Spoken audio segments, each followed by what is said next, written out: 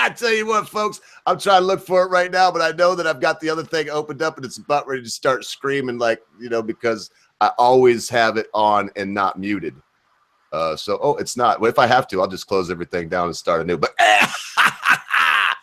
welcome to church. Good for y'all to be seeing me once again.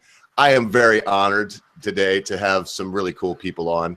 I'm just going to introduce them very quickly. I don't know a whole lot about these folks. I just know their internet personas and what they've shown me about themselves. But we have Mark Doppelganger, the evil twin of somebody, unfortunately, dwelling here on this planet, that he has come to destroy the life of those people. Oh, yep, I'm going to shut everything down. There we go. No more echoes, no more problems. I'm going to tell you, Doppelganger, now that I mentioned you first, I will learn to mute that dagnab thing before I start talking one day. I just don't know what day that'll be. Also, I met this really interesting fellow last night, Quiet, on the Beardbarians Cherry stream, and just what an excellent fellow.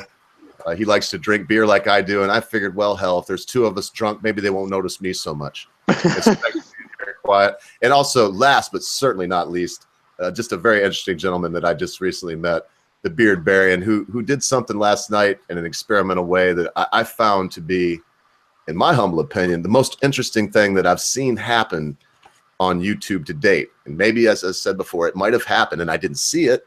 So I'm not trying to give him credit for what someone else may or may not have done. But it was an introspective look at yourself and who you chose to be your heroes last night. And for me, it was a little difficult to just talk about the real me behind the ogre. To people that I don't know. And also, I must say, Beardbarian, on your Virgin stream, you had, there wasn't like there was one person watching you. You got up into double digits. On my Virgin stream, I think I had nobody. I don't even remember. I don't think anybody was watching. So I'm really proud of it. It started off slow, but I think at 90-something views now. There were 14 people at a time on there. I didn't expect that. Did not at all, but great for it.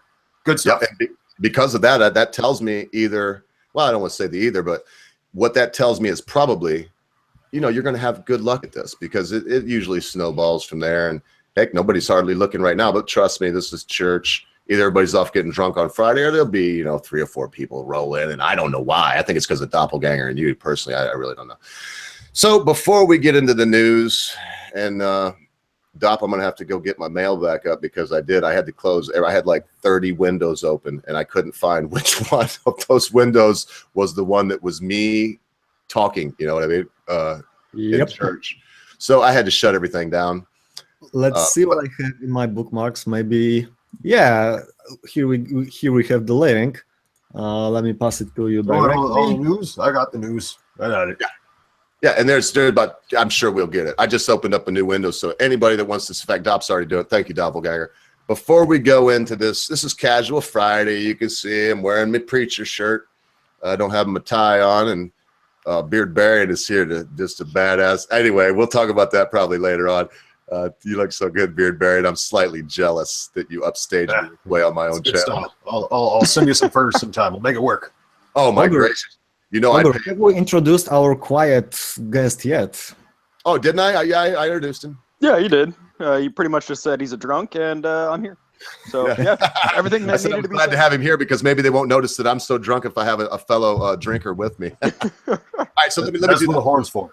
We'll get right into this. In fact, what I'd like to do before we jump into the news, maybe banter a little bit, because this is the first time that Quiet's ever been on this stream, and this is only the second time Beardbarian's on, so I'll give them each 5 minutes to say whatever they want to say, or nothing at all. It's up to them. We won't be quiet for 5 minutes, but they'll have that time to say whatever they want. So now that we got a few more stragglers in, and for those of you that will come on later on and watch the rebroadcast like so many people seem to want to do, Holly Seieler, Politicon, Zune Politicon, the political animal. You'll notice that if you go check out any of her videos, that in the bottom there, it says, hey, this is my P.O. box in Portland, Maine, and I like money, like everybody seems to like money, and I like money in increments of 7. So I sent her an undisclosed amount of increments of 7 in $1 bills. It was... I put it in $1 bills and I stuffed it in an envelope. That baby looked like something that you'd see a payoff from Vinny the rat. It's like, here, Vinny, good work this week, Vinny. Here's your little bit of something close to the family. It looked like that. I'm sure when she opened it, seen it was all one. She was like, But so I don't ramble on because I'm going to get muted here. We do have, I'll mention that as soon as I'm done here, gentlemen. This came from Holly, and you can see that I'm not joking. This is I'm going to do that.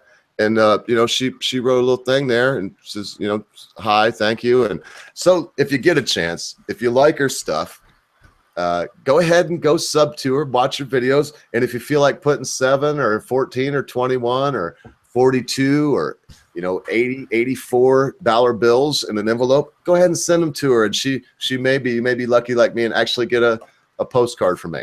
So now, before I let you boys go loose, like I said I was gonna, I just want to mention that today we're going to have a couple of moderators, mostly for me. And what they'll do is, if you notice that someone is talking and suddenly they're going like this and they're saying, hi, how y'all? And that's because they got cut off. It's because they were just spouting a little long. And I do let all kinds of people on here, love all the ideas, but some of the ideas, including mine, they just go forever and everybody gets the point. It's time to move on. So, hey, boys, since I said that, we'll go with Quiet, I guess. Quiet, do you have anything you want to say for about 5 minutes or so? And anything. I don't care what it is. I only need to say one thing. Bourbon is key. Drink bourbon. And if you don't have bourbon, then I guess, yeah, beer is good. Yeah, I can totally agree with that. So, with you on it, and Barbarian. I'm more of a mead guy, but I'm also more of a sacking England kind of guy. So if I manage to recruit enough people to think right, then I'll put them in a boat and we'll raid England, and the Britisher can try and hold his house, but we're coming. And if that doesn't work, we'll sack Rome for the 3rd time. But since this is training time, I'm here and I'm going to moderate the ogre, and it's going to be fun. I guess the Britisher would come at you with the quote, "We shall defend our island, whatever the cost may be. We shall fight on the beaches," and so on. Yeah, pillaging 7 is boats fun. full of gold. That's the cost. 7 boats. Rising strength and power in the air and on the sea. Oh, sorry. Yeah, that's one of my favorite. Next to Teddy Roosevelt's little snippet of In the Arena. You know, it's not the critic who counts. It's not the man who points out where the doer of deeds could have done them better. But it's the man that's in the arena, whose face is marred with dust. I mean, I could spout the whole thing off right now. But next to that little snippet of a mighty man giving his idea on humanity's state, man, Winston Churchill. I've been watching this thing. I don't know who has seen, anybody on the panel seen The Crown on Netflix? I can't say that I have. Well, thank goodness. Oh, no, well, here's the problem I have. I've been talking with Cabbage Patch Bastard and with the Britisher, both history buffs, both know their country inside and out for the last 1,000 years. I'm not even exaggerating. They can tell you who was king and who sacked what and who was where and what was going on for at least the last 1,000 years. They're very proud of where they're from and know a lot about it. So I'm watching The Crown on George Soros owned Netflix, and man, the way they paint, not just because I thought it was bad how they were painting Winston. They have a scene where Winston's there and he's like this, just crunked over with gin in front of him, you know, and at a meeting now, it's like a backroom meeting of Parliament. And he's like, and they got him all hunchback. John Lithgow plays him, and he gets up like this. I can't do it. He goes like this and just unzips his pants and like holds his hand over where his dong is, like he's getting it out, and then stumbles out of the room as if he's getting his wanker out to go pee. And listen, all I can say is, even if he did that, which I don't, I have a serious hard time believing that. He was a drunk, but he wasn't a pervert. Well, and they weren't trying to make it like a perv, Quiet. They were trying to make it like he was a drunk moron that didn't give a fuck about anybody around him. Maybe the case, but I still can't see the great Winston Churchill whipping his dingus out. And oh, hell no. And then, so to briefly wrap it up before I get muted, and the way they portray the Queen is no better. At first, they tried to portray her as something, but then, I mean, I don't buy that. And I understand theatrics and stuff, but I do. If you want to watch it, watch it. But remember, it's entertainment. The Crown, Netflix, go give fucking George Soros $9 a month. Sorry, I know that was a tangent, but it's been bugging me, Dopp, because history is written by the victors, right? Isn't that the way it's supposed to be? But now Yeah, history is being rewritten by the playwrights. Yeah, basically people got this strange idea that the history has kind of ended. We're getting a call. Uh-oh, it's probably me.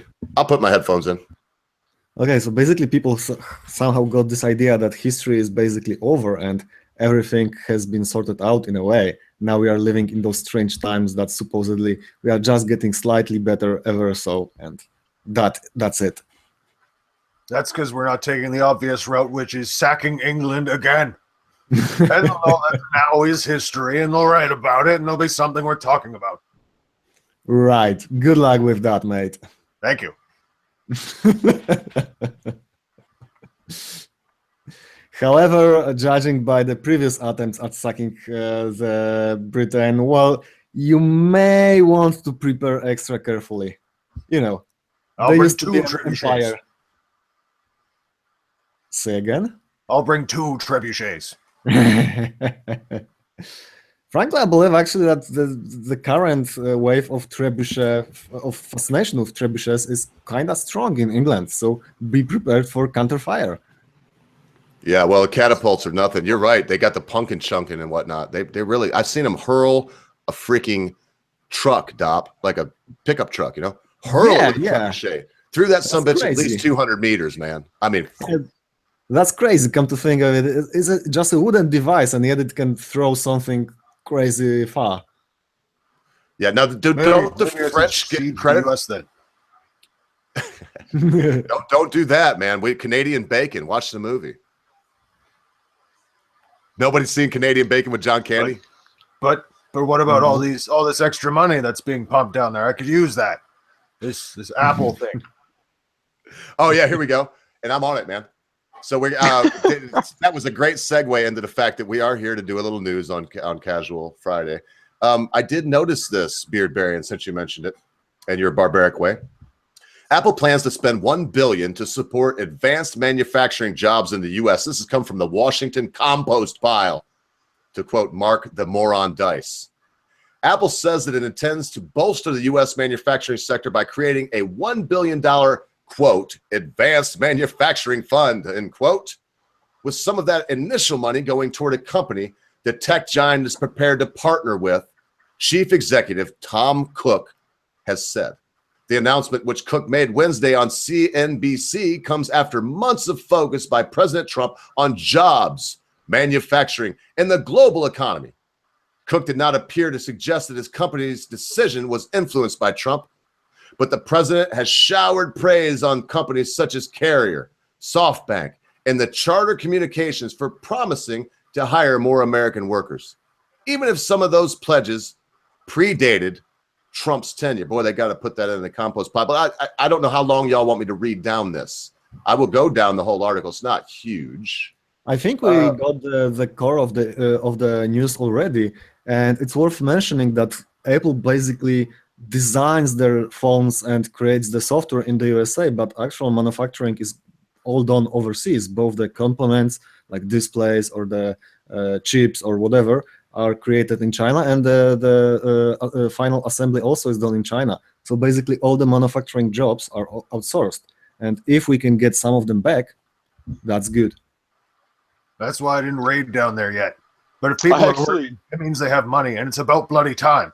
All those little American peasants, they need money so they can get big and strong and learn how to fight.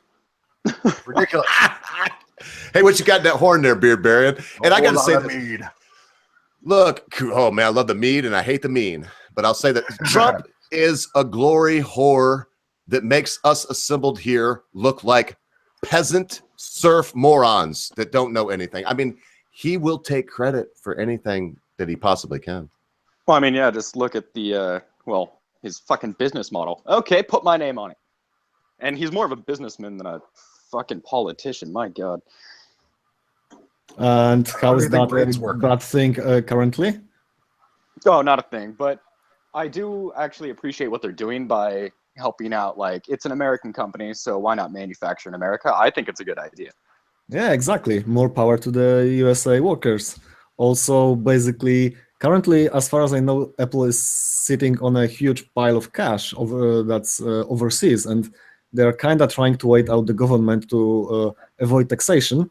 And if they bring back even a bit of it just to create those manufacturing jobs, again, even that's for the better for the economy.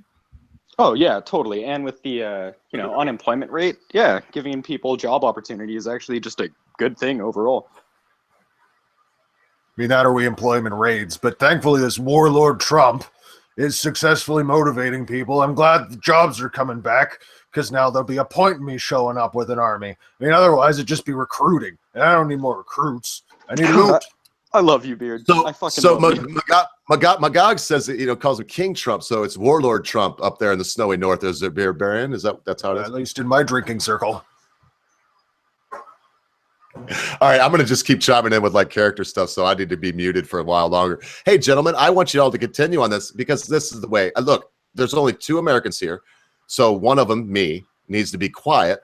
And I want to, because look, is this even... I appreciate the person that got this news, but is it news? Apple's not saying they're bringing back the manufacturer of iPods and whatnot back here. They're saying they're investing in a company that's here. $1 billion to Apple is like doppelganger reaching in his pocket, fiddling around, and not bringing any money out, but bringing out a piece of lint from the bottom of his pocket and going, there you go. It's nothing. It means it's nothing to them. So, I mean, what is this? Cheap cop out. Yeah, I'm afraid the rumors of my excellence has been greatly exaggerated. Well, no, but you get the comparison, Dopp. I'm saying Apple giving $1 billion is like you giving somebody a piece of lint from your pocket. You wouldn't miss the piece of lint, and Apple is not going to miss $1 billion. It's nothing to them. Oh, they won't even notice. Okay, so now I get you. And yeah, that's exactly right. And frankly, the thing is that once they pay people in the USA the money, they will pay Apple back, because they will want to buy the iPhones. So it all goes in this nice circle. Basically, exactly what Ford did with his cars. He manufactured them cheap enough so that his employees were buying them in troves. So money went back to him. Yeah, it's like it is a cheap op-out, because they're like, hey, public, look at us. We're giving $1 billion. And yes, that sounds a lot to the average Joe like me. But in truth, it's just going to give them more popularity, and then money's going to flow back to them, like you said. So it's like, okay, sure. Well, It's a brilliant military tactic. I see nothing wrong with that. Both the employees will be happy and the Apple will earn more. What's wrong with that? I'm not saying anything is wrong with it, but if they actually cared to, help, why would it only be $1 billion and not, actually creating more job opportunity than public, look at me, we're awesome? Thank you. That's what I was thinking, brother, was that this is a show of we're giving money. Why not say this is how many jobs we're going to create? I mean, they're just saying we're going to give you a dime. Yeah, here's a dime, pay us more because we're awesome people. Yes, I get it, it's business. It's actually a really smart way to get money, but at the same time, they're not actually focusing on, okay, this is what we're doing. It's more of, look at us. I mean, I'd be guilty of it as well. I would do the fuck out of that. It's the ultimate raid format. You promise people the gold in the future. You go, look, I got a pretty boat now. I got some nice axes for you. We're going to go on this raid. We're going to do this work. We're going to come back with more loot. And by the time they get there and they start fighting, and in this case, spending all their damn money, they already think that they've won, but they've lost. It's a beautiful trick to get a lot of loyal people. Beard burying for president, 2020. Oh yeah, we could all get behind that. Raids everywhere. Hey, we don't need no more Ted Cruz's up in here with the Canadian people running for president, man. I don't think they'll let me in anyways. Nah, we'd Well, that's welcome, why you we'd welcome take it. it. We'd welcome it. It's you Canadians that don't want me up there. I had a DUI, man, so I can't go to Canada to even like party. Sucks. God, you give a bad name to drunks. No, seriously, I have a DUI as well. Well, and it used to be in the old days, it was easy to get into Canada. And I am jerking. I might actually just turn my camera off. I'm not sure what's going on. They can work on my stuff here quite often out in the country, and it goes in and out. But, man, it used to be easy to go there. People would go across the border and get like 10 cases of beer and bring it back because it was $2 a 12-pack for Altez in like 1990. $4 to get you a case. And anyway, but now it's difficult. It's easy to get back in America. You just skip across the border. And if it's like, hey, where are you from? I'm from the USA. Come on in. And to go to Canada now, I think I was telling you, Beard Barian, they ask you, one of their big things is if you say you're Canadian, they say, well, what's the number to this pizza joint? Or the Mounties ask you to sing the jingle. And if you can't, they deport your American ass. You just got to punch them in the face hard enough and tell them, I'm from fucking here. And they go, oh, sorry, eh? Just say like, just say you're a fan of hockey. It's like, oh, welcome in. Go Canucks. No. But the bright side of this, about you don't got to worry about that as much because apparently your beer sales are dropping anyway, so the prices are going to fall, right? Isn't that what's going on now? Says your well, yeah, but let's see why. Let's find out why that might be because I've heard that something was happening to the beer sales. Oh my mercy, I've got to turn this off. Okay, there we go. Mute it. So funny you mentioned that because Apple, we already established them suckers. They're just trying to throw $1 billion around like it's something to them, and they don't care. It's not even a big deal. So let's watch Trump and see if he's trying to take credit for other people. And ooh, look at that. This is not me either. It's like pot, but it's not my pot. I mean, they're just showing you that this is what we're going to talk about next. Ooh, now that's where I need to go rating. That looks like a nice 8th, maybe. The good raid, not the bad DEA raid. Larry OG. Oh man. Ooh, look at that. That looked like Pineapple Express. Not that I would know. So it says right here, weed will soon clobber beer sales, Wall Street says. And right down here it says, leave it to Wall Street to come out on 420 with comprehensive research about the negative ramifications of using cannabis on the alcohol consumption. So I'll just maybe one more paragraph. In fact, I'll just go down to this quote. This guy is from Molson Coors, and this is what he says. We believe alcohol could be under pressure. Oh, my good gracious, I can't believe I have to read this. We believe that alcohol could be under pressure for the next decade based on our data analysis covering 80 years of alcohol and 35 years of cannabis incident in the U.S. Analyst Vivian Azure wrote in a note to clients, since 1980, we've seen 3 distinct substitution cycles between alcohol and cannabis, and we are entering another cycle. Oh man, before I just spout off about some studies that I've read about cannabis use and how it affects alcohol use and what it can do to somebody that's drunk if they use cannabis and positive stuff. I mean, there's no negative thing. If I'll let y'all say what you want to think about this bollocks. I can promise you beer sales will not plummet purely because of me. Like, if weed is fully legal, yeah, I'll buy the shit out of that, but I'm going to be drinking either way, man. Got to wash down the smoke. Yeah, as y'all talk amongst yourself, I'm going to hit my bong and then drink a silver bullet. Thank you, Mr. Coors. Ooh. He said. That's why I was laughing. I'm drinking freaking Coors and smoking cannabis. Grow up, Mr. Coors. You're not going to lose any money. I just saw that Razor is saying on the chat he's pretty sure there is cannabis beer. So that's something for everybody. Oh yeah, I've seen some of that. Especially Lagunitas. Anyone know Lagunitas, that company? No, but I've had Deadhead beer that's cannabis, and it's actually a whole meal in a bottle. Ooh, sounds lovely. But Lagunitas, it's California, North California. And the creator of that actually loves pot. Like, he's a huge pothead, so he makes really, really hoppy beer. And once it's like fully fucking legal, I know for a fact he's going to be making some pot beer. Yeah, well, I figure these guys got. Sorry, I figure these guys got nothing to worry about. They're just being ninnies up here in the great white, not so great north. There's nothing. We a lot of places. There's places everywhere you can go and you can pick it up, and it's not fully legal yet. But it ain't affected nothing for beer sales because it's 2 different things. It's 2 different experiences. If I'm going to a fight, I'm going to have a smoke so I can throw that punch and not feel it in my fist the same. But after the fight, I'm still having a drink. Yeah. 2 different things. You even gave it in the right order. Most people say, I'll get drunked up and go fight. Well, you're going to get your ass kicked, number one. Yeah, you need your senses. And yeah, you'll probably be stupid about it and fight the wrong person. But if you give it a nice little, get a little buzz on, let's get your jab going, you know what I mean? To get your bob and weed down right here. But that's the thing, I'm always stupid, so I don't lose anything when I get intoxicated. Okay. I suppose they could collaborate with beer, and I mean, somebody was there's a cannabis beer. There's just lots of cannabis beer, cannabis meat, or cannabis wine. Great for the ladies. Cannabis vodka. Mm. Okay, and we have one final piece of news from Europe this time.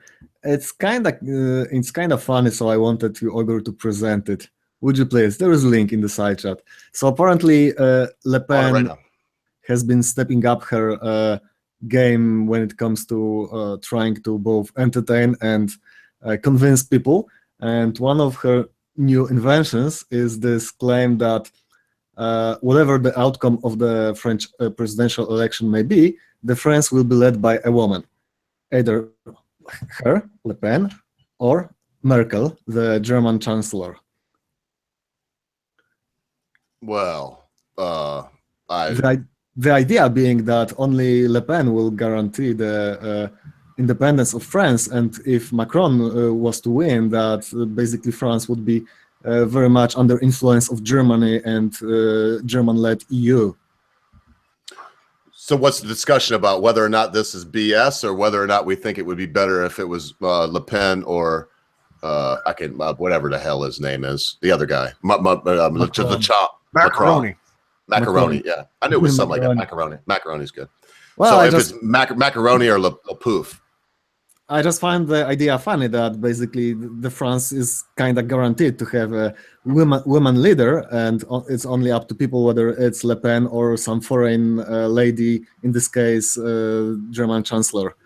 Man, where's Jeremy when you need him? Where's our frog at? Are you out there? Did anybody see him in the chat? I'm sending this anyway on Twitter.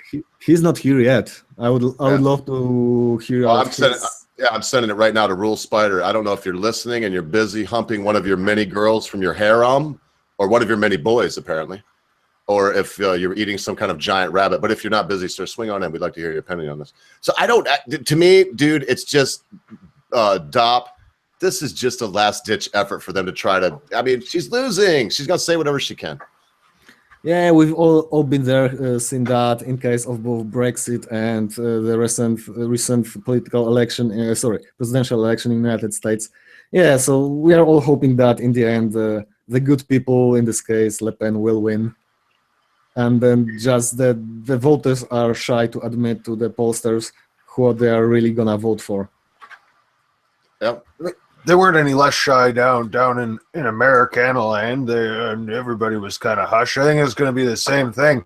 But frankly, if they're going to let somebody from outside of the country rule over it, France has a proud history of standing up against bullshit.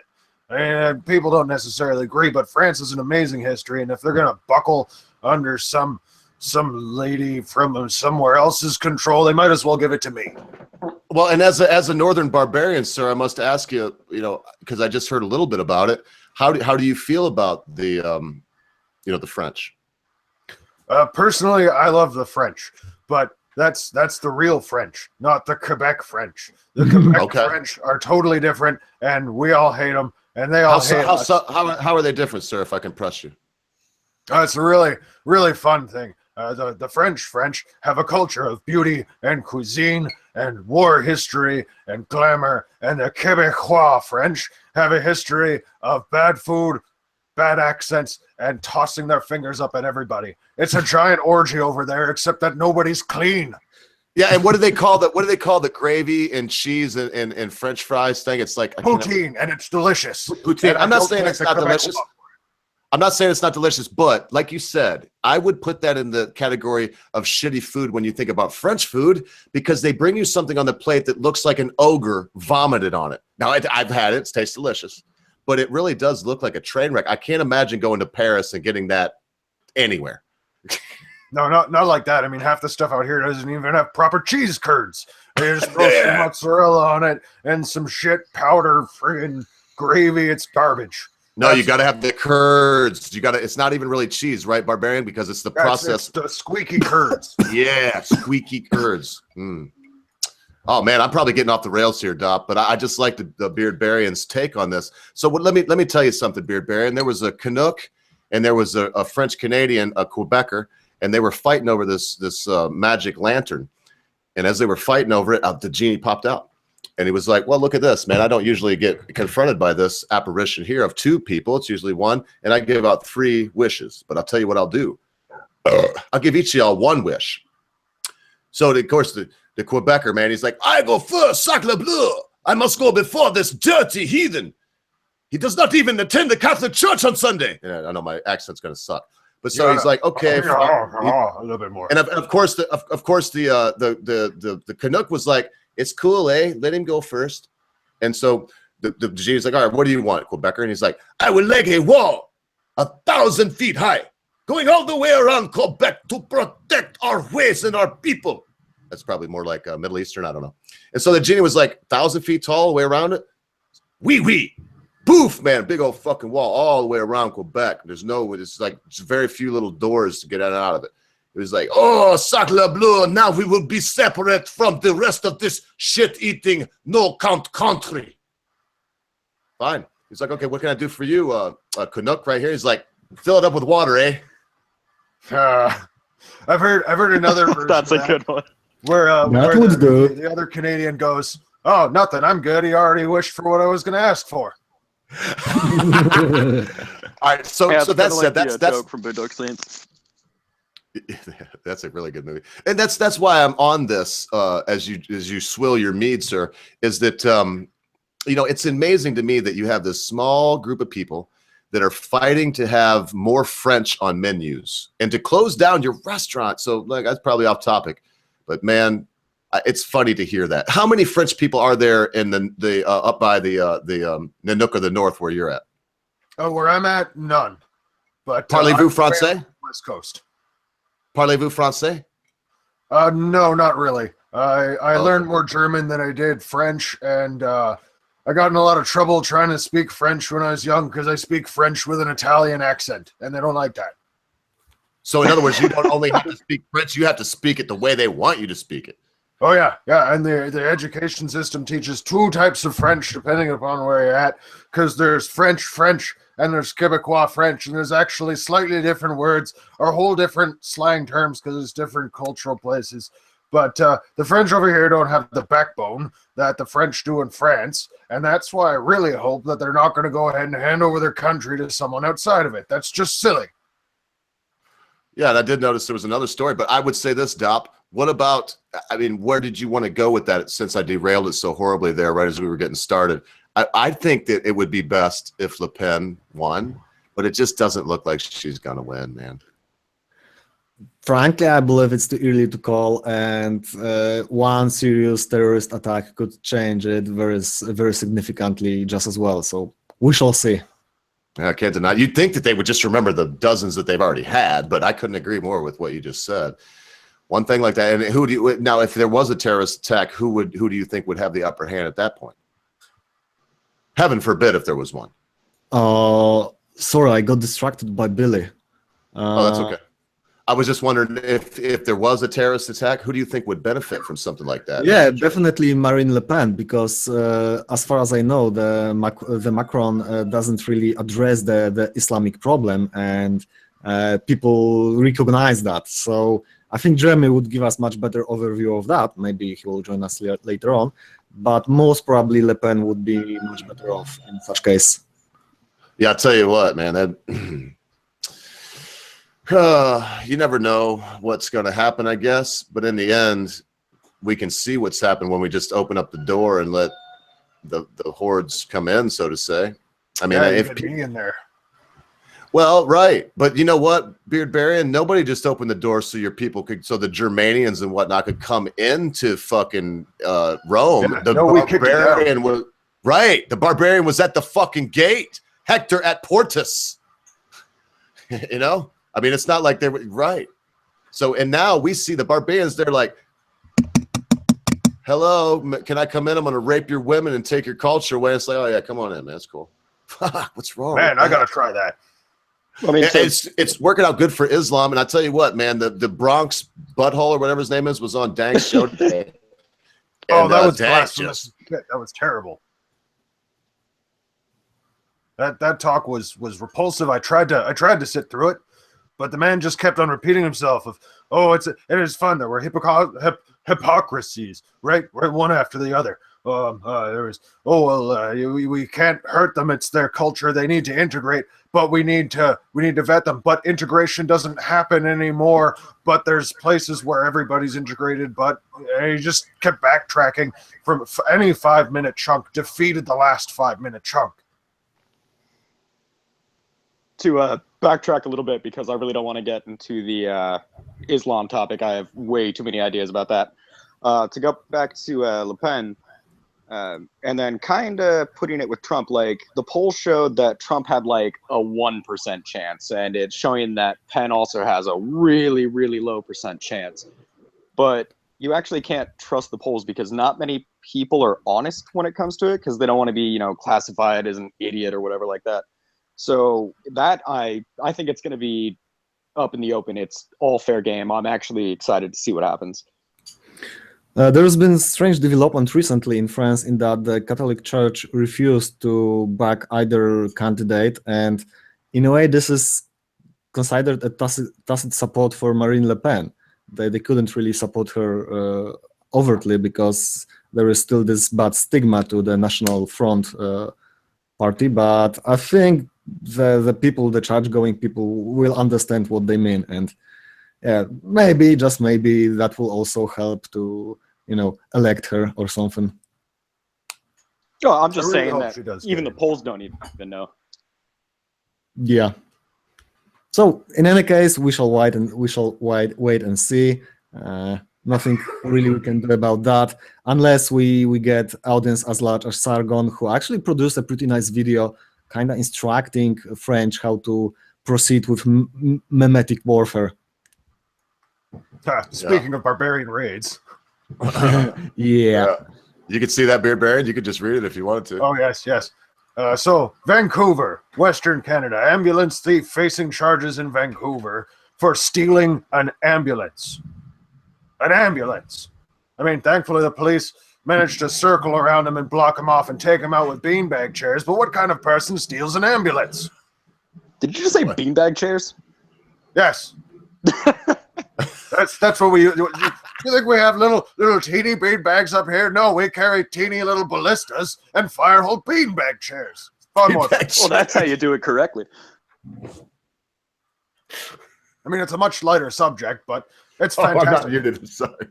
Vancouver's been getting overrun with lots of people lately, and it's fun because there's a big film industry there, and there's a big tourism industry there, and there's also a big violent crime problem there. So it also leads me to wonder, maybe somebody got so beaten down that they really needed the ambulance, and the police went, well, we're not going to let the paramedics go there. And they went, fine, I'm going to take this ambulance myself.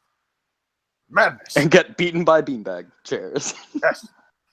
Colossal chairs. Oh, even I love violence this is jokes. lovely and lighthearted. Pillow fight. That's how we hold our elections up here. Seems like a good way to go about it. Personally, I'd prefer the slot machine. It's like, chance. That's the most free way to do it, Right. And sorry, I lost my thought. Don't be sorry. Doing the pillow fights though makes sorority elections way more fun though. Oh, Beard yeah. Baron, I just want to ask you something, since this is kind of funny, and it's no, I'll wait, because we want to talk more about the ambulance. I'm just so curious about the skunk pelt, and I just wondered if you ever offered any of those services to anybody. Like, do you stretch hides and fit them on sheepskins and then sell them?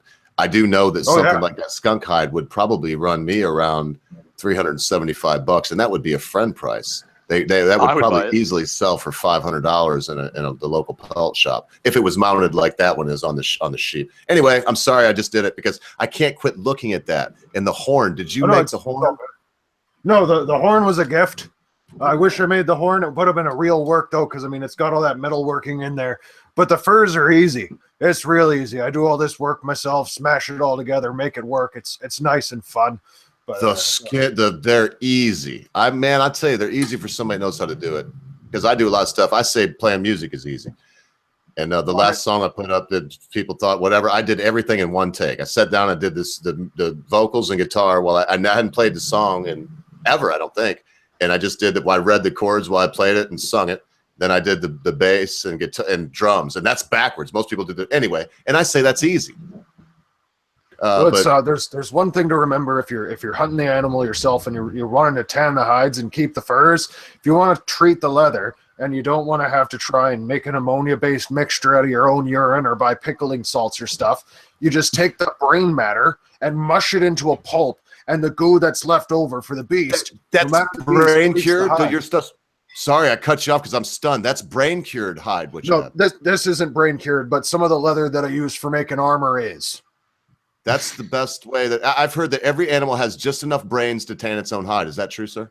Absolutely, in my experience. And that's what I've heard across the board. I know some men up here, Beard Baron, that you would love, because even though on Friday night when they go out to pick them up a honey, they braid their beard and put some beads in it, maybe put a ribbon in their hair. I mean, I know boys like this. Oh yeah, you don't want to tease them about that kind of thing and like say they're a fairy, because they'll kill you and eat you. Exactly. Yeah, because there's nothing that they. I knew a guy. I wish I could say his name. I was doing a roof with him, and a dog was trying to attack a worker on the ground. And Big E is what I'll call him right now. Went like this. Go home! I'm not even kidding. He was about 60 feet from where the dog was, and the dog honestly looked up. There was a group of people there to tell you this, and the dog looked up and went away. And he had a shirt he used to wear that says I eat what I kill.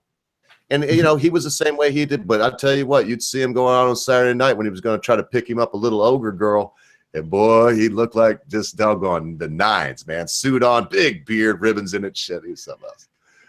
Yeah, this is something that's actually very universal even in the modern times. Let's not forget that Jeremiah, the French guy, has been talking with us about French hunters, which are hunting for the game in France and selling that to restaurants, so the restaurants can prepare it as fancy meals.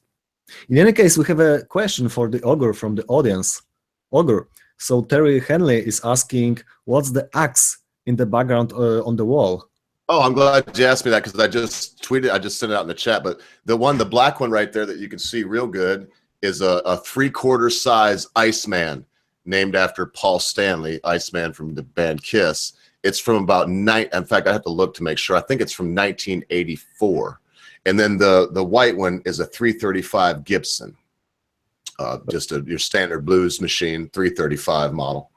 Okay, so I'm not sure if it's too tall of an ask. Maybe you could present us one of them.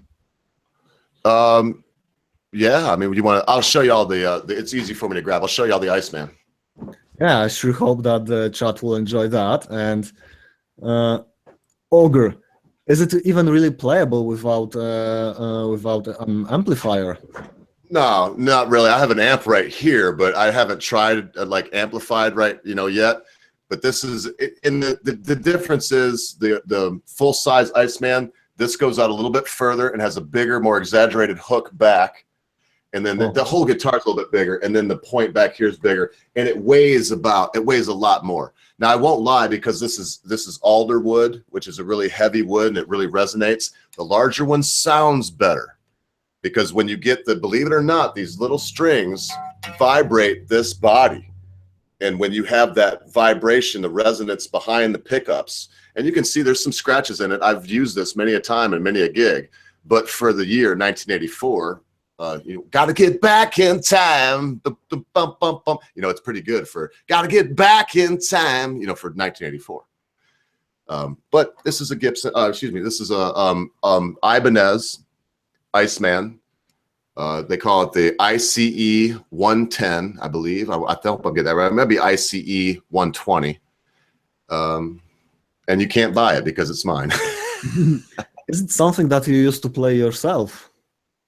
I play it all the time. None of my guitars have dust on them. Look at it.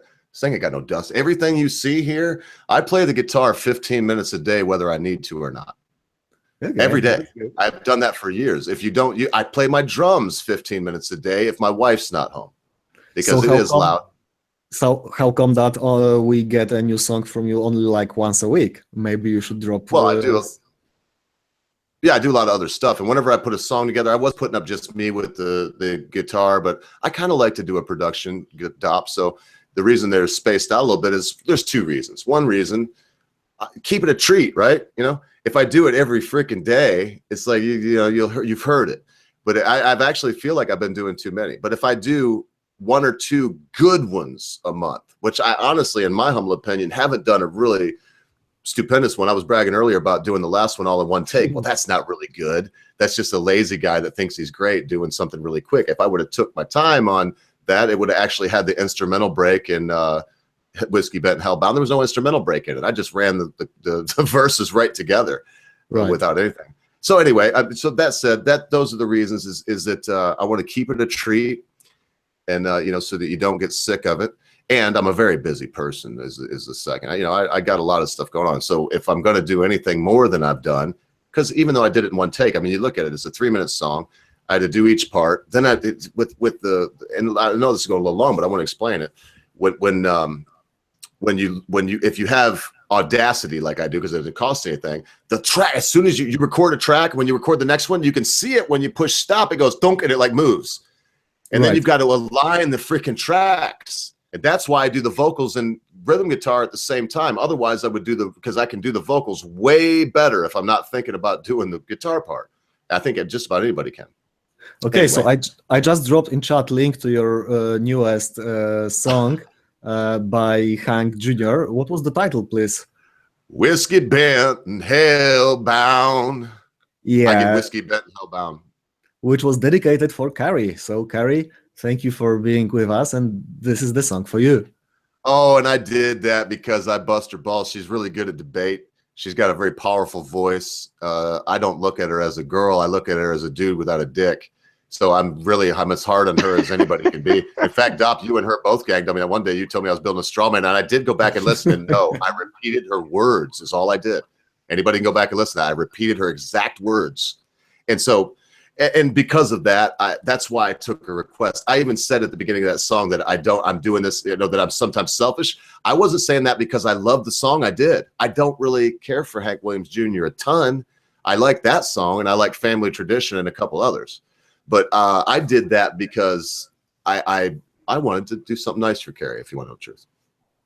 Yeah, so thank you very much, Carrie, again. And I see now Day is with us in the chat. Day, can you join us? Day is dead. I want to lick Day's feet. Oh. No, sorry, Day. That was for you, girl. There's just a funny joke between us that I shouldn't probably like wear out. But the fact of the matter is, I was telling her today on Twitter that I'm a little tough on her, and because I'm like her big brother in this weird little thing we started. In real life, I actually care a lot about her, and I'm super nice to her when we're not on air. But everybody's so nice to her. I figure I gotta bust the titties once in a while. I gotta keep her tits up, so to say. Oh, mercy! This is derailing, Beardbarian. Why haven't you muted me? Because I was drinking. I had to stop. Priorities. That's okay. why. Yeah, I had to refill the horn. And I'll tell y'all what, I'd show y'all one more guitar in about whenever Dopp asks again. So if somebody wants to see, I own about 12, 15, 25. I don't know. I own a few guitars. But if y'all want to see another one that's like something cool like this, I'll show y'all something else. This one, by the way, also is made in Japan. I have 2 guitars made in this factory, in the Fujijin factory that's been there over 1,200 years. And I love my Japanese instruments. In fact, I think I'm turning Japanese. I think so. I think I'm turning Japanese. I really think so. A Jewish Japanese, that would be something new. Let's see what's going on in Japan now. That's a good question. Anything that's happening in Japan, I can assure that they don't have problem with Islamic extremists. Oh, definitely not. Shit. No, but they're great people. Didn't they end up like inviting like 7 or 17 of them, something like that, last year? As I believe that's the right attitude to immigration. They have the right attitude to food. I loved being in Japan. Oh my God, I gained so much weight there. The Ogre started this program by taking a 5-minute break every hour. So what he's going to do today is totally turn the reins over to the Beardbarian, as he did to me randomly on his show last night without warning, as I go smoke and take a leak. Thanks, Beard. I know you can handle it, brother. Yeah, I got to say one more time before I do this, really put you on the spot. I like to think that I'm good at this because I've done other things very similar, but never on air. Dude, you're a natural, homeboy. You're the best host that I personally have seen, including Dave Rubens. You name any of them, and you're the best host that I've seen on YouTube. How's that for an ass kissing? That was glorious. I'm a little bit moist from it on the behind. Ooh, sexy. But yeah, seriously, you handled that stream amazingly. There you go. So I've got another article here, but Ogre's gone, so I can't quite present it. So I'm just gonna read this off here.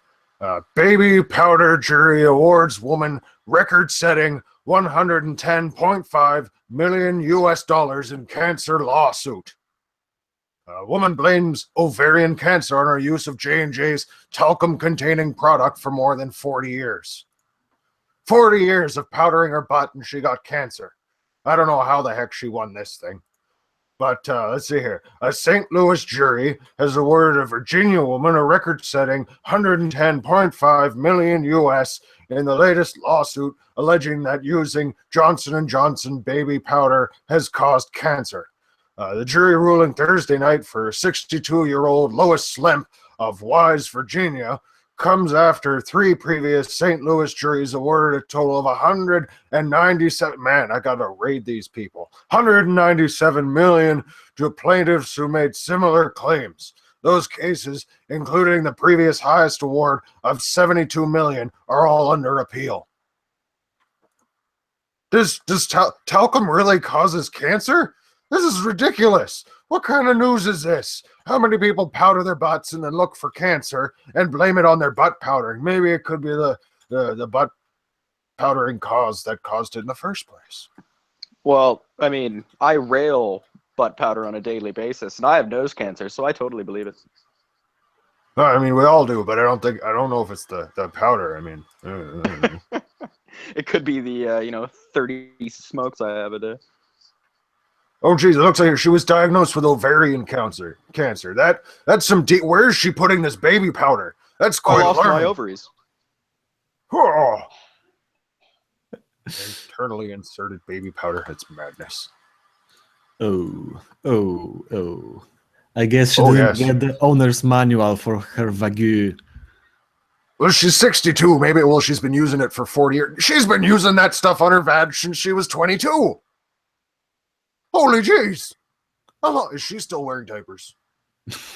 Probably again, yeah. Oh.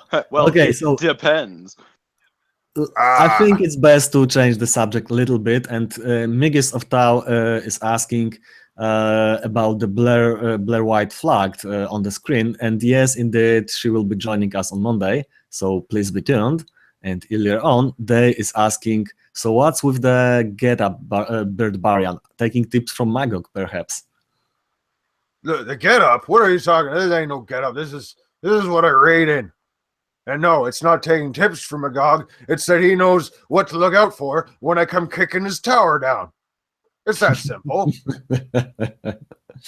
Okay, so please be sure that will be on a live stream of sorts, so we can all enjoy the general mayhem.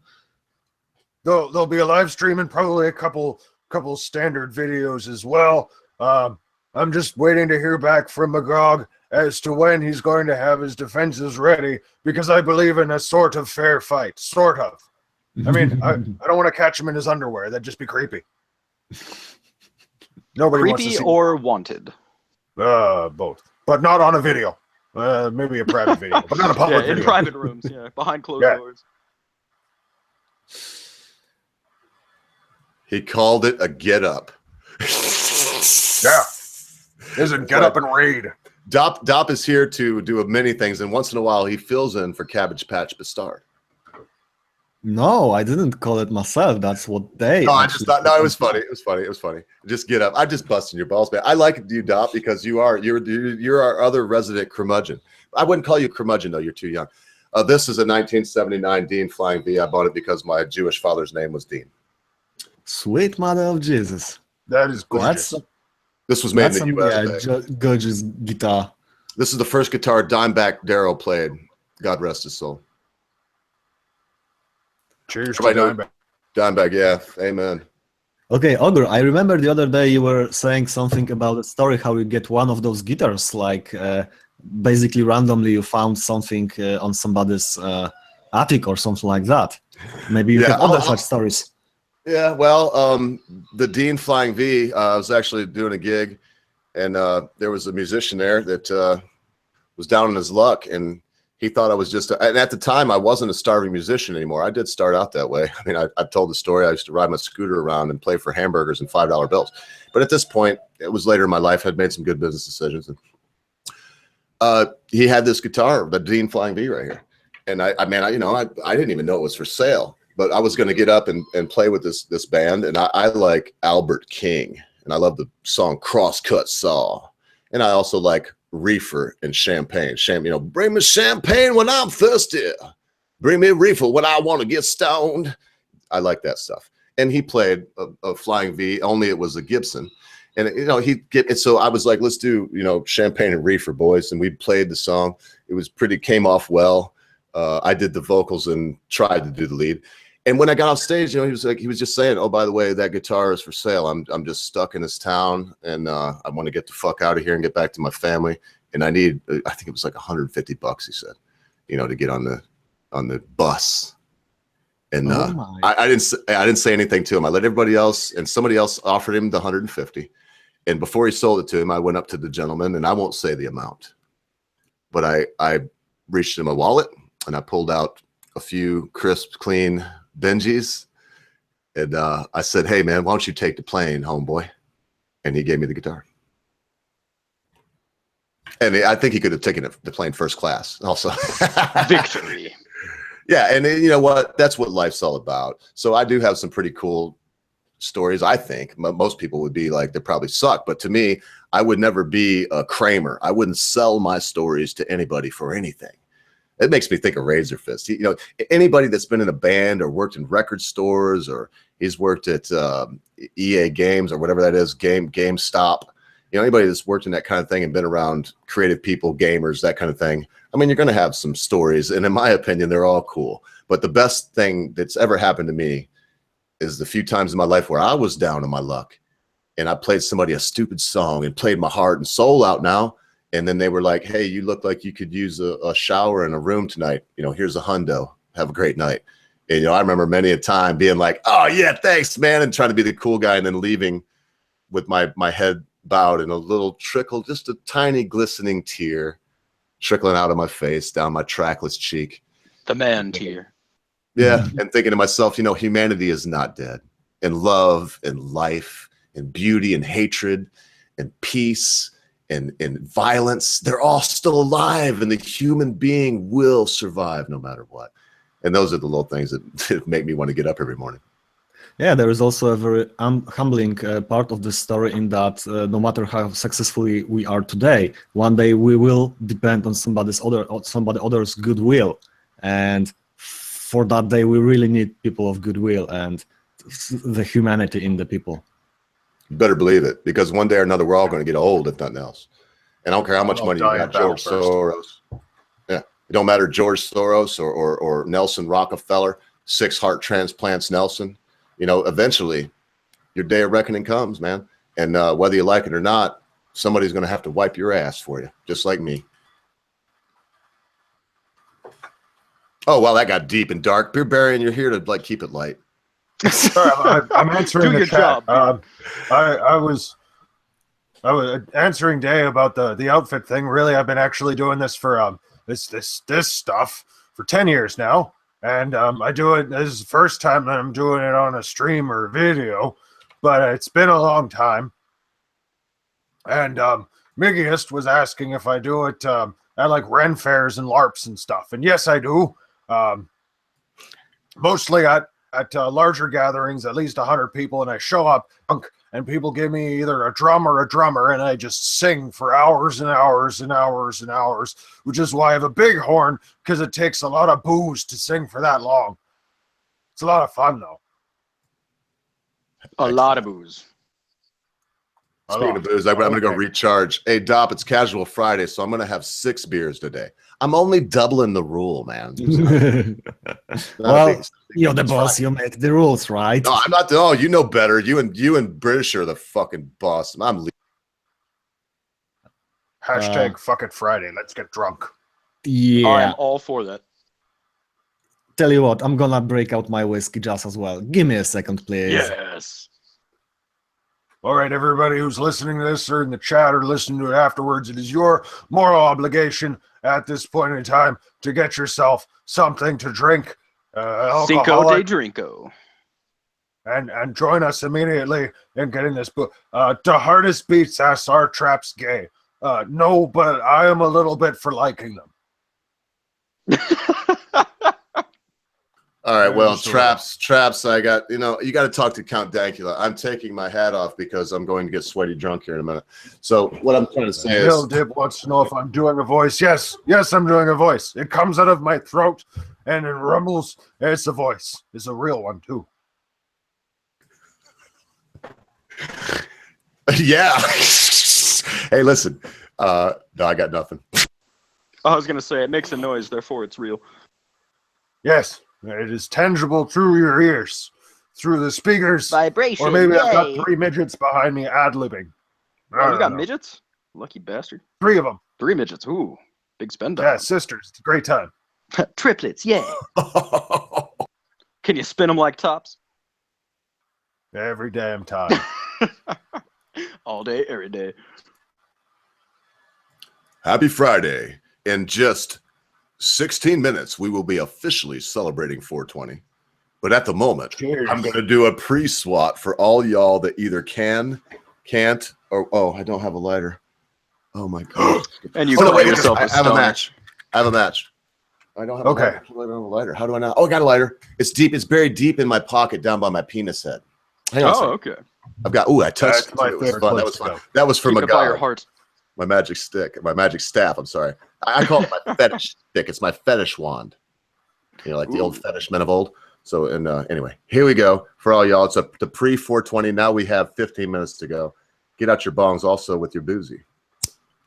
Oh. Push button in the chat there. Yes, you need to start drinking now, even if it's just cherry Jim Beam. Just do it. Ew. Cherry Jim Beam actually sounds pretty nice. Is it a real thing? Nazi, Nachi, welcome to the stream. And Nazi, I just realized that Nachi. I had an email opened up to you for the last like 20 minutes. I meant to send that to you a while ago. I'm sorry, brother. It's the Friday casual string. I'm half cocked already. You're gonna probably hear my wife in the background. I'm gonna mute it for now. Hold on a second. No, it's no worries. But turn the stream on mute that you're watching. If you're watching it, turn that on mute because I think I heard an echo from you. See what I mean? In other words, listen to us and not the. No, got it. I'm still new to this whole fucking thing. That's what's up? No, here? not you.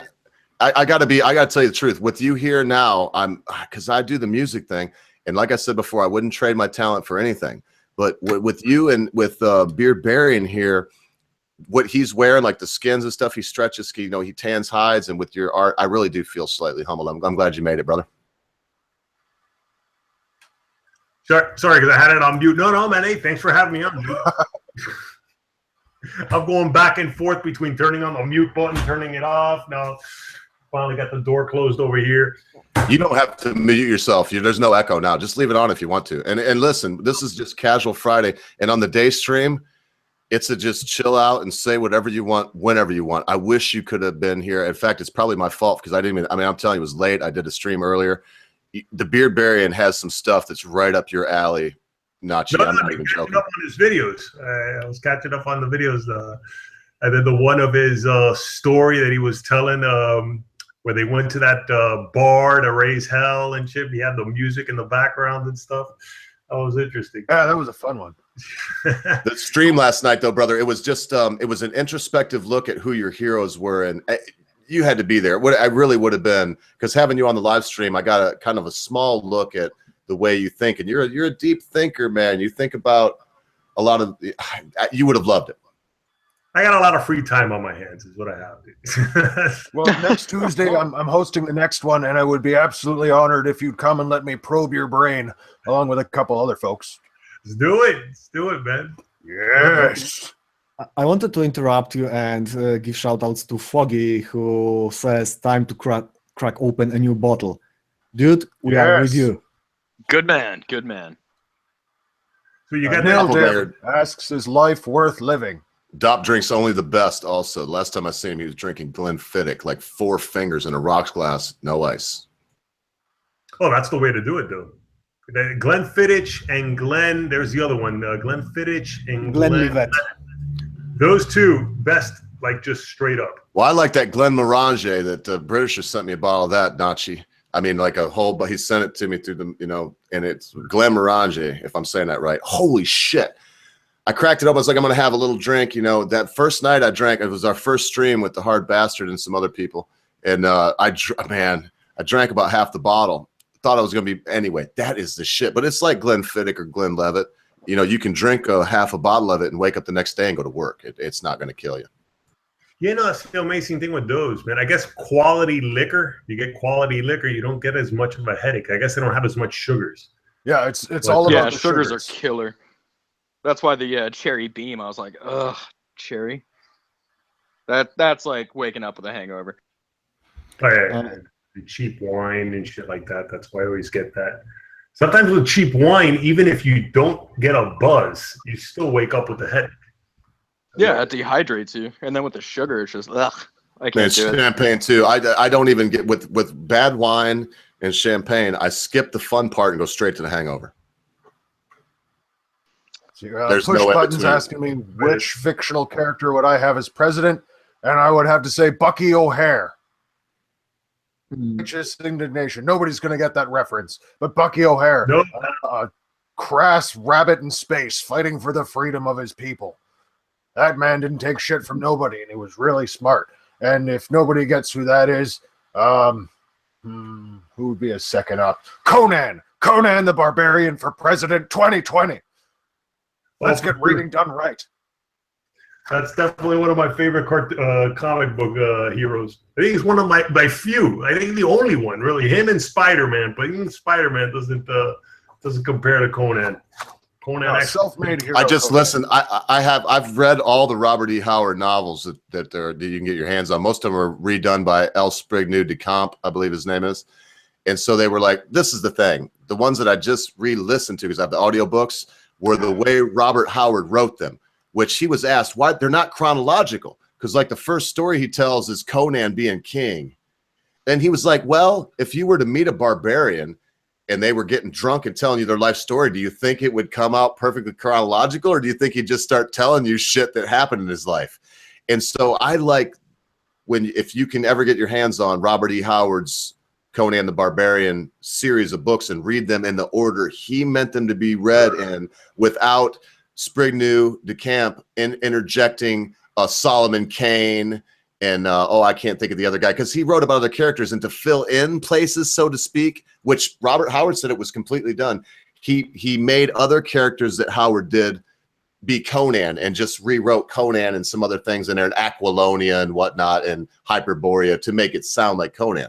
But I've read all of them. I like Solomon. Anyway, long story short, check out Robert E. Howard's Conan the Barbarian. Read Movable Press, words on the page. Give your freaking brain a chance to think. Turn off the electrica and be a person. I almost said a man. You know, be a man. Let me unmute this. The thing is, I'm trying to set up my drawings. I want to do two things at once. I want to be on this and be drawing at the same time. And Yes. I keep, but if you guys hear like little shuffling and shit, let me know, and I'll fucking mute it back. Nobody cares, Nachi. I tell you, today's show, nobody cares. You know what? You are almost as soft-hearted as my Canadian friends. You say I'm sorry more than almost anyone I know, and that's admirable. But don't worry, man. If the Beer Barian's here, he's our moderator. If you're making weird sounds, believe me, he'll mute you. You'll be muted if you don't mute yourself, and then you just unmute yourself if you want to say something. So don't sweat it.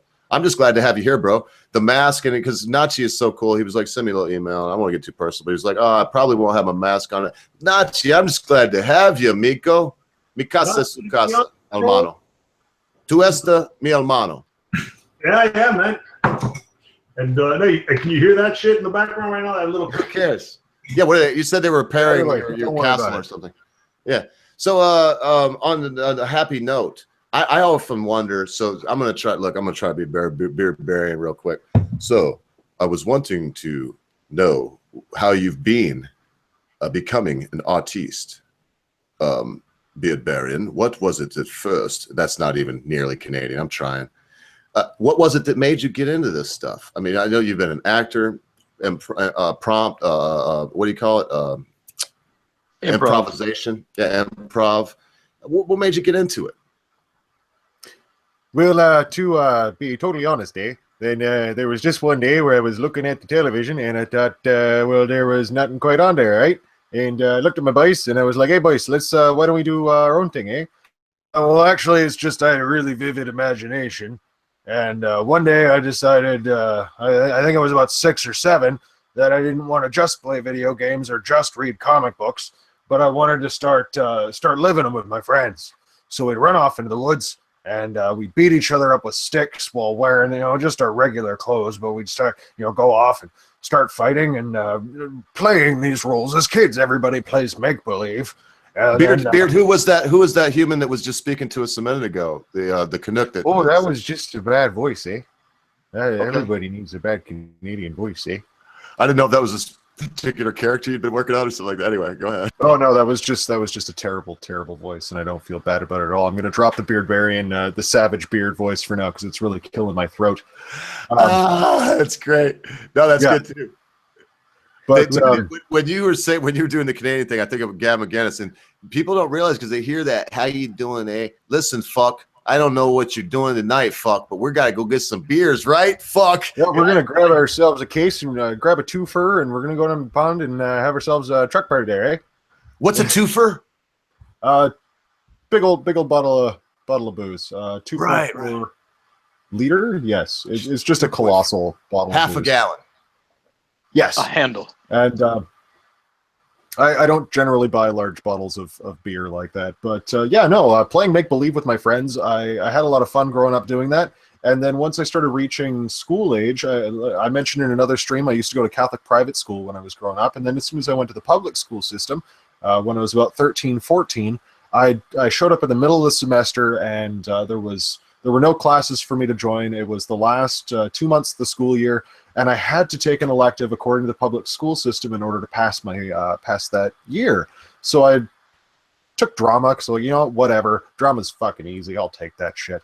And right off the bat, I got given this funky, weird 70s throwback role for this play that was due in 2 weeks. So I studied my ass off on it, and I had a lot of fun. And from there, I decided, you know what? Why not experiment with this more? I also had a brief foray into musical theater when I was very young.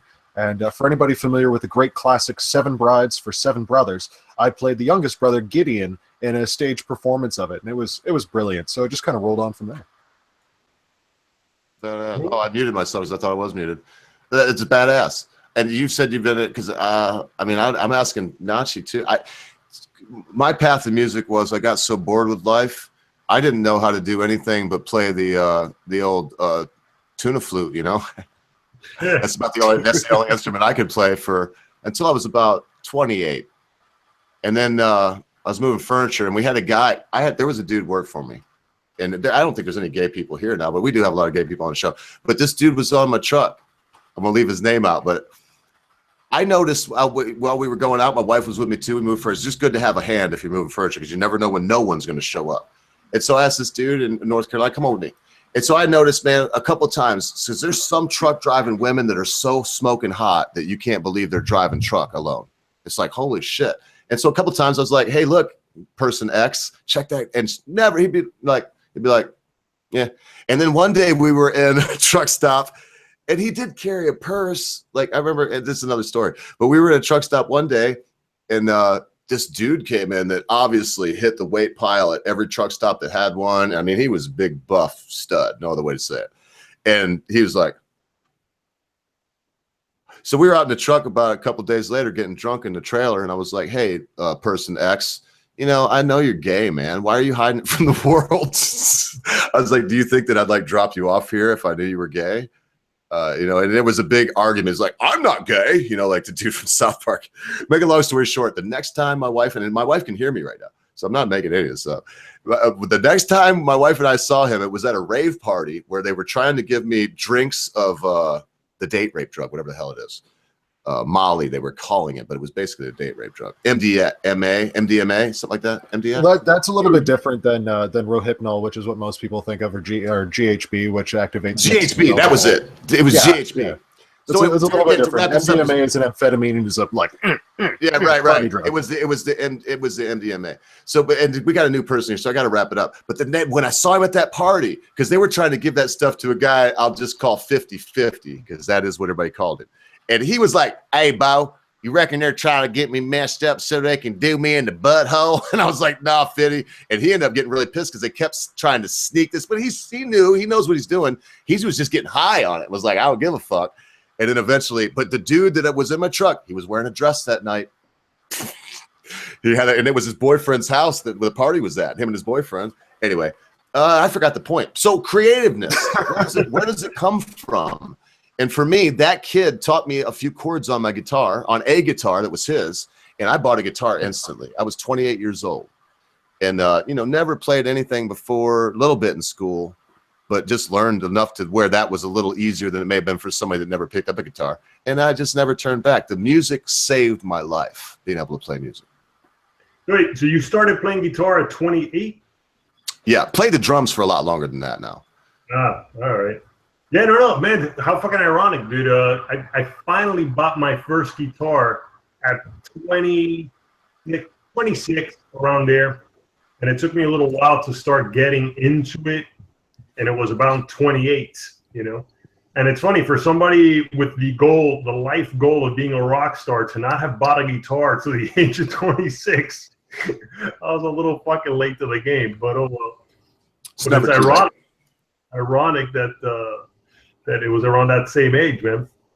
And did you also always think of playing music when you were younger with the drums and shit? I mean, were you delusional enough like me to think that you could make a living off of being a rock star and shit, or no? Oh, no, not necessarily that. I was a rock star in another way. When I was very young, I started driving truck with my wife because what I learned in school didn't really pay the bills. And we went right away to moving furniture, and I won't even say what we made a year because most people wouldn't believe it. We were moving furniture before the towers came down.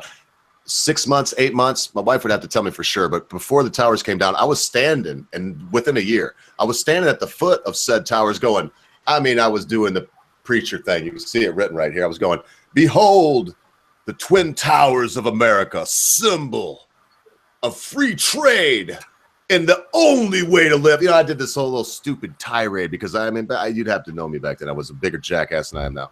And then, holy fuck, I'm watching the news, and fucking towers came down.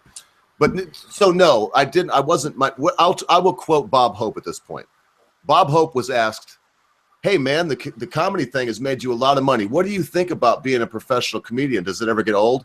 Bob Hope deadpan him and said, "Professional comedian? I'm a professional golfer. I do the comedy thing to pay the bills." And so I was a professional musician. I did the truck driving thing to pay the bills. But I played at the Southern Comfort Lounge. When I drove truck, man, I just walked up to I don't even want to say the name of the band. People think I'm bullshitting because back then you didn't have a lot of people with phones. Otherwise, you'd be able to see it on YouTube, I guarantee you. But I was in the Southern Comfort Bar and Grill in, I don't know, 2001, 2002.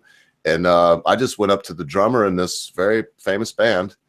And I was like, "Hey, man, you mind if I set in for a set? It would be the thrill of my life."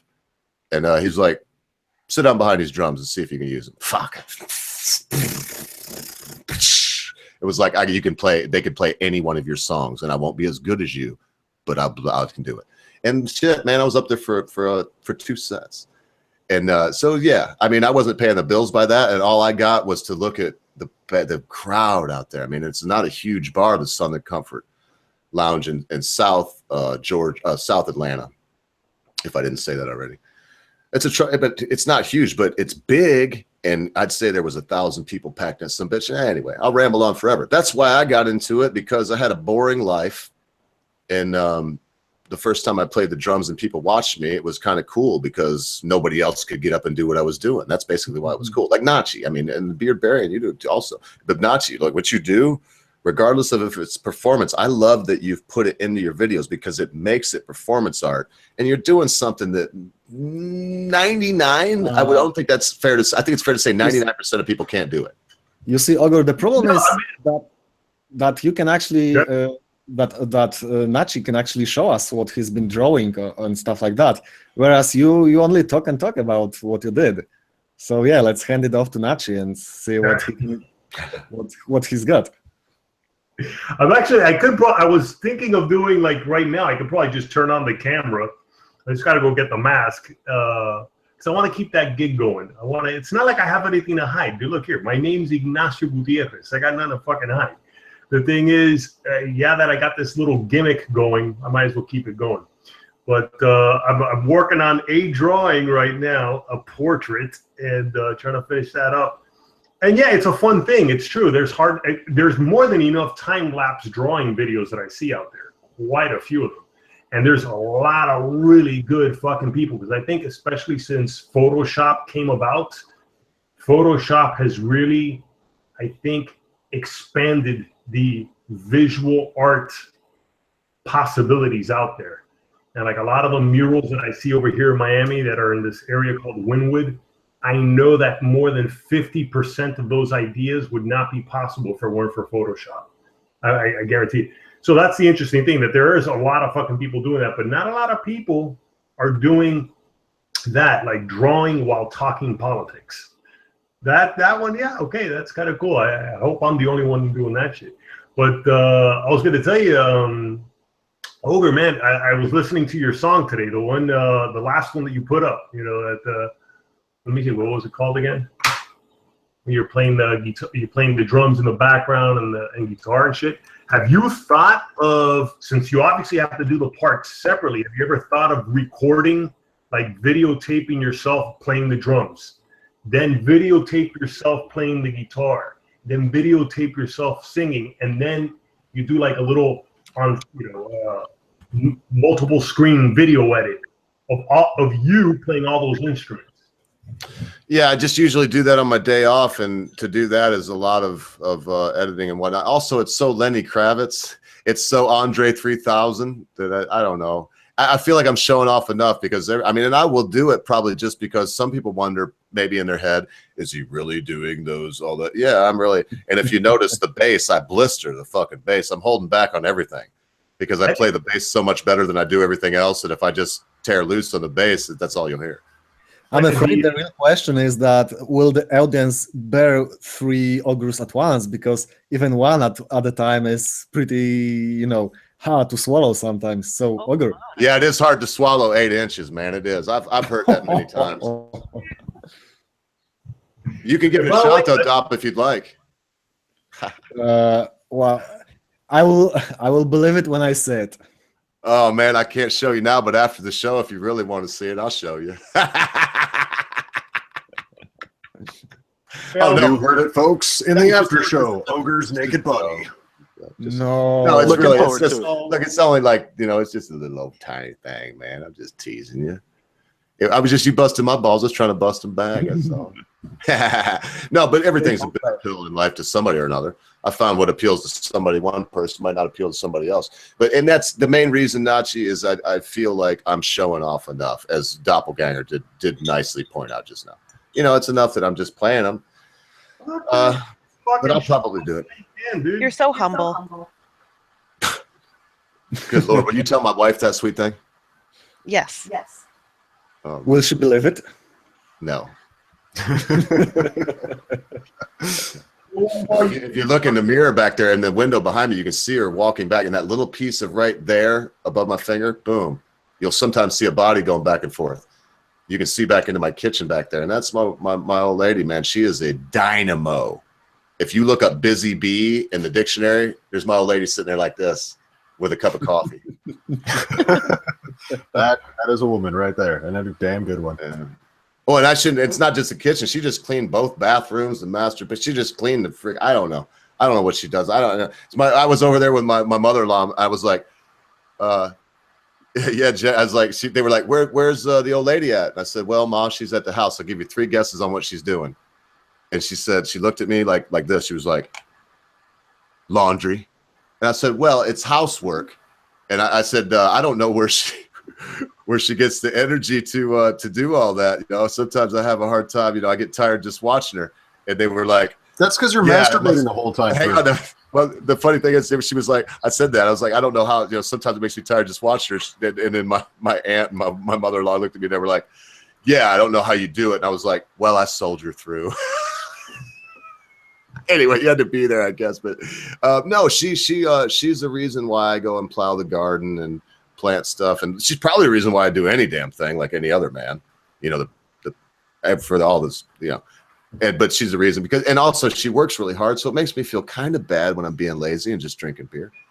All right, shut up now. Leave me alone, Dopp. And one truck driving question. What truck did you guys have? Was it a Peterbilt or a flat? We had a W900 Kenworth, sir, with a studio sleeper. Nice. It was called the Condo. We had a little fridge. We had it made back there. We didn't have a house for almost 4 years. We just lived in the truck, saved all the money we could, which was $1 a day at least.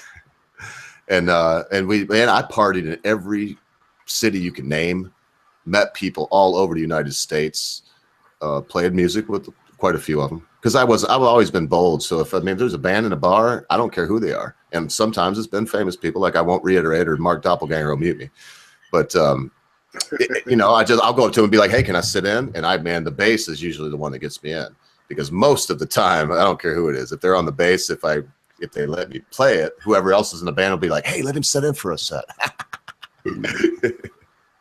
Anyway, yeah. And about Bunny Blackwell, if you are watching today, not only are you lovely and I would like to buy you a, listen, I don't even, what I'm trying to say is I'm getting out No More Tears by Ozzy Osbourne for you, sweet thing. Just give me a chance. It's tough. That's a tough one. You picked a toughie.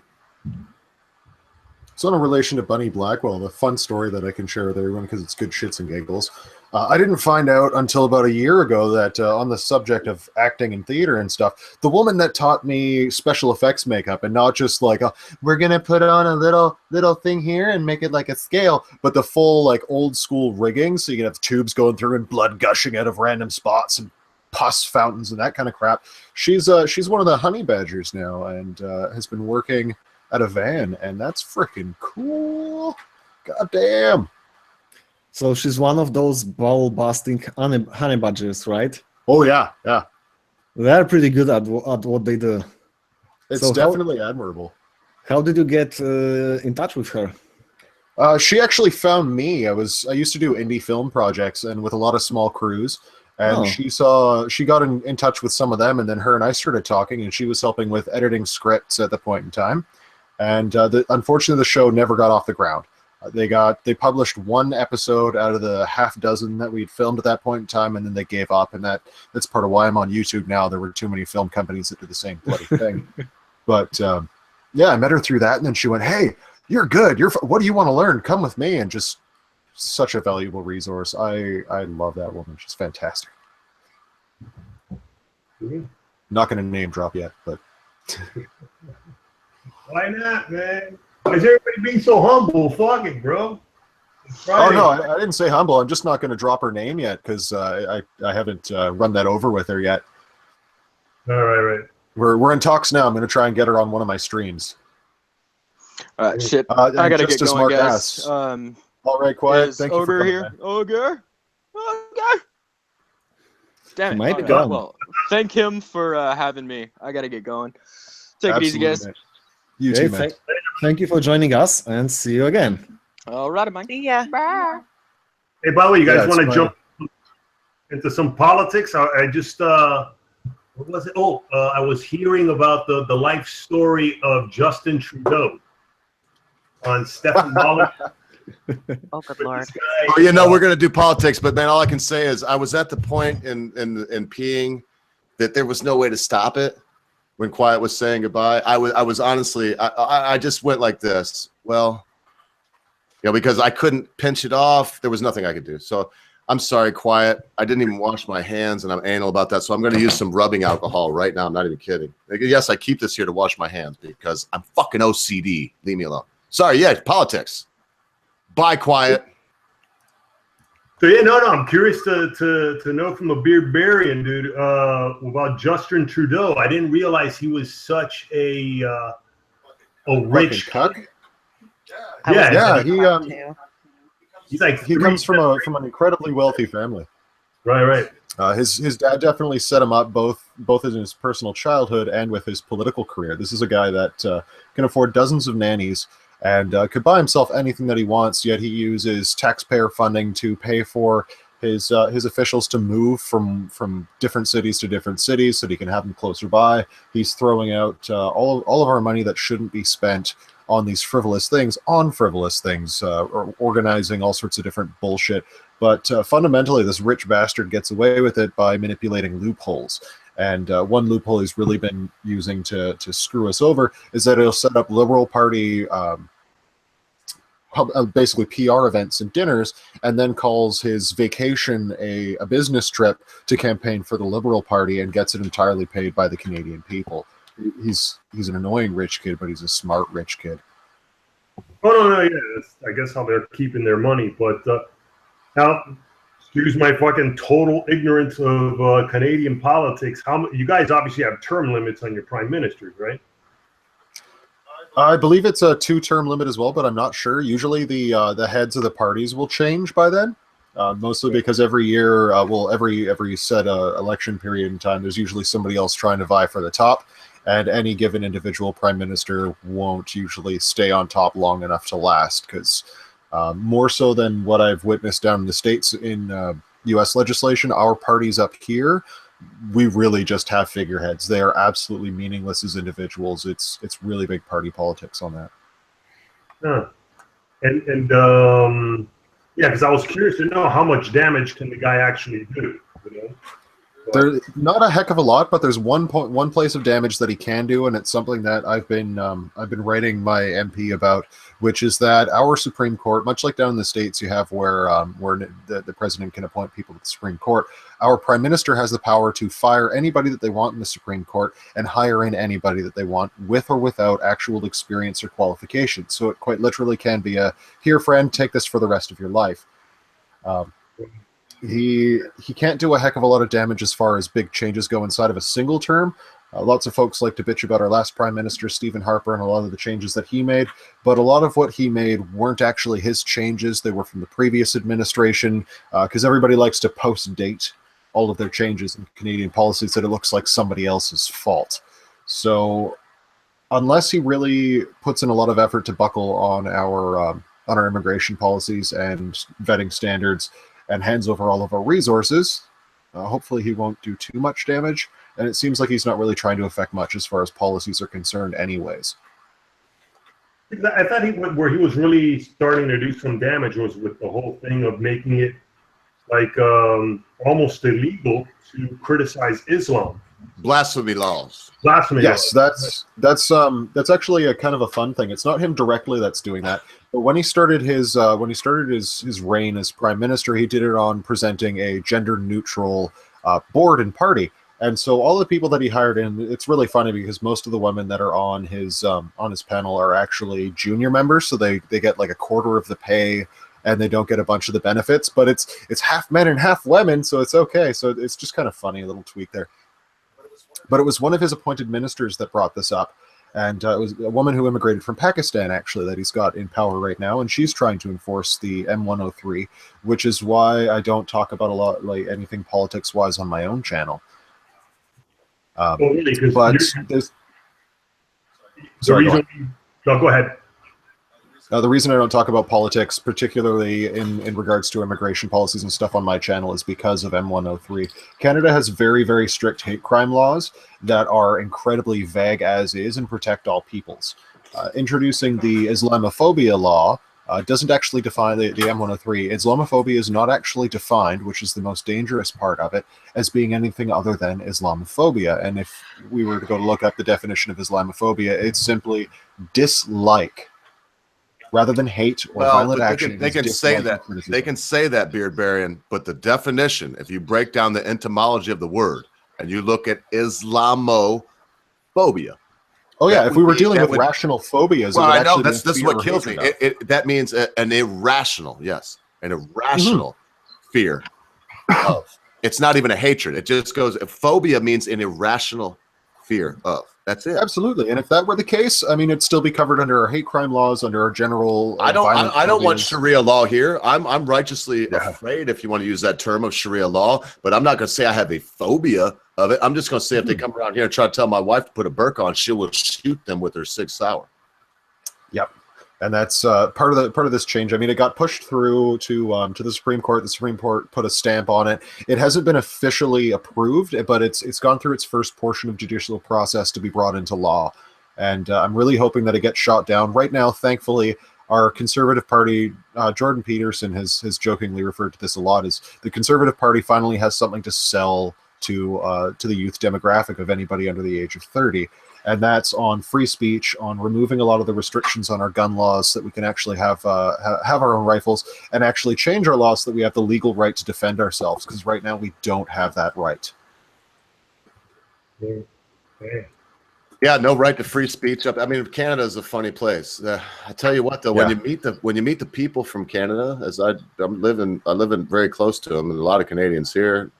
I've been there many times. But when you meet them, they're very similar to us. But it seems like their politicians have run amok. Well, we are in a feminist country up here, and I hate that fact. It's a dirty, dirty, disgusting fact. But for the most part, our citizens are pretty rational people, but they're very emotionally bound. And our political system, since they changed, I believe it was 8 or 9 years ago, they finally made it so that you're legally allowed to do like bashing ads against your opponents. It used to be illegal to do a smear campaign against another politician. So all you could do as a politician is actually sell your points to the people and let them know what your activities are. Since that changed, everything's kind of gone downhill and become overly emotional. And that's part of how the Liberal Party slipped into power the way it did. But lately, all of our leaders have been all the party leaders have been becoming super SJWs. Since the death of Jack Layton, the NDP party has just entirely turned into an SJW issue party, and the power of the Liberals has got every other party in their pocket right now. But again, the Conservative Party is making a turnaround and trying to sell us our rights back and make sure that we get them. And I'm a pretty big centrist. I used to be a hardcore liberal, but these days I'm starting to really side with the Conservative Party because their interest is in restoring small government, which for us is very necessary. Our Charter of Rights and Freedoms is down to, I believe, about a quarter of what was left. There's some fun infographics out there where chunks of it have been cut out. The centrist Canadian's going to be on the show soon, Beer Baron. Do you know who he is, the centrist Canadian? No, I'm not familiar. I'm going to have to look him up. Let me get a link for you. In fact, I'll shoot it both places. Great guy. You'd have to check him out. He's a French Canadian, but I've watched all his videos. He's not like I would imagine somebody that calls himself centrist, who I would consider as an American probably a little left of center, but he might not like me saying that because he is a centrist Canadian.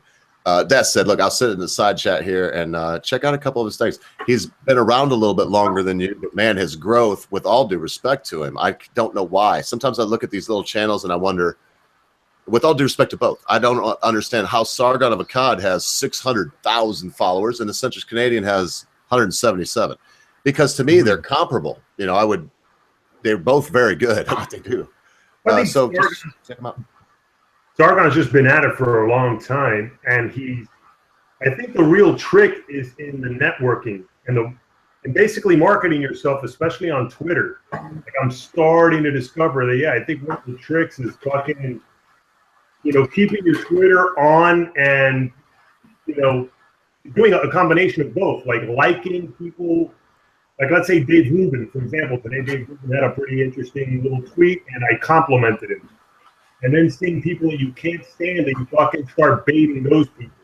And even if they don't contact you, their followers will fucking answer. And then that's how back and back. Because if I'm not mistaken, that was Milo's real currency was through Twitter. It didn't hurt him. It definitely didn't hurt him. He was good. You can think of all this self-promotion as kind of avalanche effect. Once it gets going, it will get going faster and faster. Basically, your audience will give you news, will give you ideas, and they will promote you to other people. So once you break into the well-known camp or group, you can get going real fast. Hey, and speaking of self-promotion, look who fucking became president. You know what I mean? And that's the thing. No shit. Holy crap.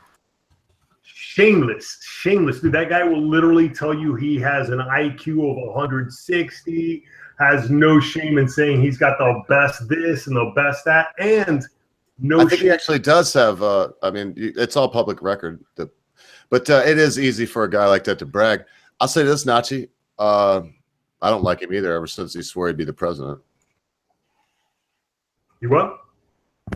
I don't like him either, but I liked him until he put his. I voted for him twice in for the Republican nomination. I voted for him for president. But that said, as soon as he put his hand on the Bible and said, I swear to uphold the Constitution, blah blah blah, I don't like. Then he just became another politician, and he obviously is another politician by what he's doing. Yeah, I don't hate him. Like, it's but weird. But he does. And what I was saying too, before you go on, he does have a very high IQ. It's public record. You can go and see that he did. But that said, I wish that he wouldn't be like every other president has too. I mean, Barack wasn't no dummy, and neither, and none of them were. They're all very intelligent people. But I never heard any of them be like, whatever. I think it's low class that he does shout about it. That's what I'm saying. My point is the fact that he, will shamelessly brag about that and stuff. Hold on a second. I got my cat who wants to come in here. And here she is. Anyway, sorry. So I noticed that your channel's growing over. If you really want it to grow, I think you're going to just have being a little more shameless in your self-promotion, then. No, I don't. In fact, Nachi, to be honest, it's growing way too fast for me. I do want to have interesting people on. But just like, we're going to have the centrist Canadian on the Monday show. But because I've always had a vast, because to me, it doesn't really matter. Look, what I'm trying to say is my goal isn't, I'm happy, right? There's 27 people watching this right now, Notch. To me, if it was more than that, I don't care, I guess. But I like a nice little congregation. That's why I call it church. And if you have a big congregation, well, then the chat, what I'm trying to tell you is whatever will be, will be. I'm not going to promote much. I promote you. I'll say it right now. He's what I'm using when I do this right here is a piece done by Nachi Free that I did not. It's not, people call it fan art, Nachi, and that's what I do promote is when people call it fan art and on Twitter or wherever they may see this image, I make sure that I say it's not fan art. I pay the son of a bitch for it. Fan art is where somebody gives it to you. I got to pay the guy because he's not the fan art kind of guy, with all due respect to the ones that are. He's the kind of guy that does it so he can eat. Oh, look at that, man. Let me present you. I mean, they got the little guitars. That's what I've been working on right now. Oh, man. I'm finishing it up a little bit. So, I don't even have the words. All right, don't dox yourself for nothing with your face. I'm going to quit presenting you. That is beautiful. Sign it off. You don't want to give away the gimmick. Yeah, I unpresented you anyway, but yeah, there you go. And I'll say, I'm not going to say what I paid for it, but it's probably more than you might think because I don't know. He's been working on it now for, I don't know how many hours he's got in it. He hasn't told me, but I know that he had some other projects, but he's got time in it. No, and this here's the thing. Like, that's why I'm talking about the self-promotion and shit. I want to make a living off this. I'll be shameless. I don't give a fuck. And yet I never, when I was a kid, I never thought, oh, when I grow up, I want to be a YouTuber. Dude, I didn't even have a computer when I was a kid. But what I want to make a living from is my art and the writing. And this YouTube is, it's just such an amazing fucking platform. And then the fact that I get to do shit like this, being these little cyber fucking campfires, with other people and shit. I think YouTube is like an internet within the internet. It's just fucking awesome. And if I can pull off a living from this, and by a living, I'm just talking about like what I would normally be earning like at my last job. If I could just pull off that fucking salary from this, I'll be more than happy. But I'm realizing, yeah, you gotta shamelessly promote yourself. So it's kind of the fun balance of here's my art. Now come look at it. Come look at it. You come look at it. You. No. It's very difficult being an artist. Oh, for sure. Trying to sell your art. No, for sure. Believe me, I've been at it for decades. Are you also an artist? Are you also into painting? I am. Yeah, I am. I've been trying to like start a paper thing where I make cards and wrapping paper. Oh, okay. She also did a couple of my tattoos for me. I am also a tattoo artist technically. And with tattoos, now there's something that I would think that you could probably make a living straight from, because I mean, Oh, tattoos. absolutely. Yeah. But it's kind of difficult because I live in a small town. I don't have any equipment right now. I sort of have to find someone to let me use their shop to receive the equipment. Right. I always wanted to get a tattoo. You got. I love them. And I know if I did get the equipment, there are a bunch of people in the area that would be like, "Oh my gosh, yes, tattoo me." But it's just a matter of getting the equipment from an actual like reputable source and not from like eBay and getting a shit machine because the machines do make a huge difference. I can imagine. Yeah. And you're okay with because that my biggest fear of tattooing was that just one line going off. You know, and that's the thing. Most people, when they go get a tattoo, it's a very personal thing. You know, it usually be a picture of their mother or something like that on their fucking shoulder. You get one hair wrong, you know. Well, you kind of have to be self-aware and know your own skill. Like I wouldn't do that. I wouldn't tattoo a portrait because I'm not skilled enough to do that. I would just work within my limits. Right. And then build up from there. Exactly, yeah. Yeah, and I got a couple tats. I'm not trying to just do the thing, but I've got that one right there. That was done by Al Farber in Flint, Michigan. He's been on Miami Inc. It's just that's for my business, Cyclone Supernatural Soaps. You can see a rose up in the clouds and the big green cyclone and the barn being blown apart by it. I got one or two. This one, everybody told me this one would never be able to be fixed because it was just a blue blob. I actually did a couple tattoos with my left hand on myself here when I was very young. And then Al did that one also, which is just a cover up of a cover up of a cover up of the same tattoo. In other words, as I've gotten older, I just continue to make that lightning bolt, you know, pop out a little bit because, you know, when you get older, you want to remind people that you're still a man, even though you're an old man. Yeah. Cheers to that. Yeah, that was for the ladies. Sorry. Funny, dude. Hey, I put this on Nachi because this is the tank top. I was going like this. I put it on. And she knows it. I put it up. This is what got Blair White to come on and be on my show Monday. Come to the gun show. It's my lucky muscle shirt. That's the confusing thing about Blair White. It's like she, or I guess let's just go with she. She looks like a really good-looking chick, but it's and I like her. I like her videos. I like what she does, and obviously her niche that she's carved out for herself is. But it is an interesting thing. Like I'm looking at her picture right now on the screen, and it just my brain is registering hot chick, you know. But that's the thing, and I don't mean this. Does she still have the penis? Do you know that? Is that? Yeah. Oh yeah. She says it on her video. She still has the meat and veg. All right, so I got Mrs. Grimm's piece here that she's working on because she doesn't have a camera to show you guys. But let's see if I can get this straightened out here. The gorgeous art. Oh, that's cool. Is that a drawing or is that a design for a tattoo? That's just a drawing. Nice. Yeah, she's making a backpack way cooler. Stole a cloth piece. Yeah, pretty nice stuff. So is this something you are selling on the internet later on? Pardon? Is this something that you are selling on the internet? Oh no. I don't know. I've thought about Not yet, anyways. I'm going to talk her into it. She said, "Oh no," like that was a dirty thing or something. I don't know.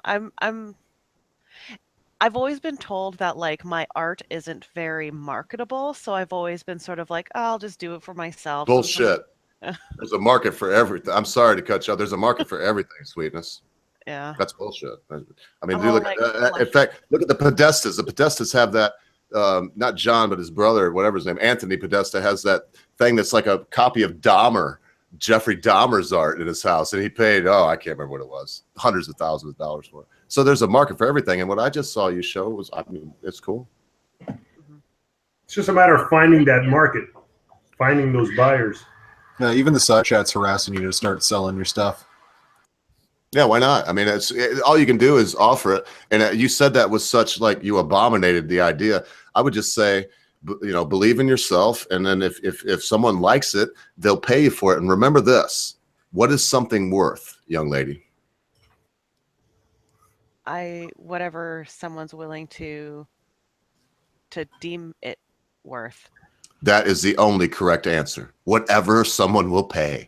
So make sure when you do something that takes you a lot of time, I mean, consider that an artist makes $40 an hour. So if you do something that takes you 2 hours to do it, you almost have to ask $80 for it. Or you're hurting other artists, True. I would go $50 at the very least. Yeah, that's actually cheap also, Nachi, because I know artists that won't even shake your hand for under $1,000 an hour. And that's cheap for them. I'm discovering that you get there once you have the name, and now your time is that much more valuable. That's right. And you have that many, you're that sought after. You could literally claim, sorry, it's not worth it for me to do something less than $2,000 or whatever. And remember, Graham, it's not pretension to know what you're worth. I'm not talking about assholes either, because I know some assholes that are the same way. I know some lawyers that won't shake your hand for under $2,500 an hour. So, but the musicians and the artists that I know that are high class and high paid like that, they are that because A, they know what they're worth, and B, people don't mind paying them because they are down to earth, cool people. They're just like, hey, I can't believe this is happening to me. There is also this pretty neat effect that once you start asking for a hefty sum for your artwork, people will believe that it's actually premium and want to buy it even more. Yeah, that's a good point. Look at the Oriental guy.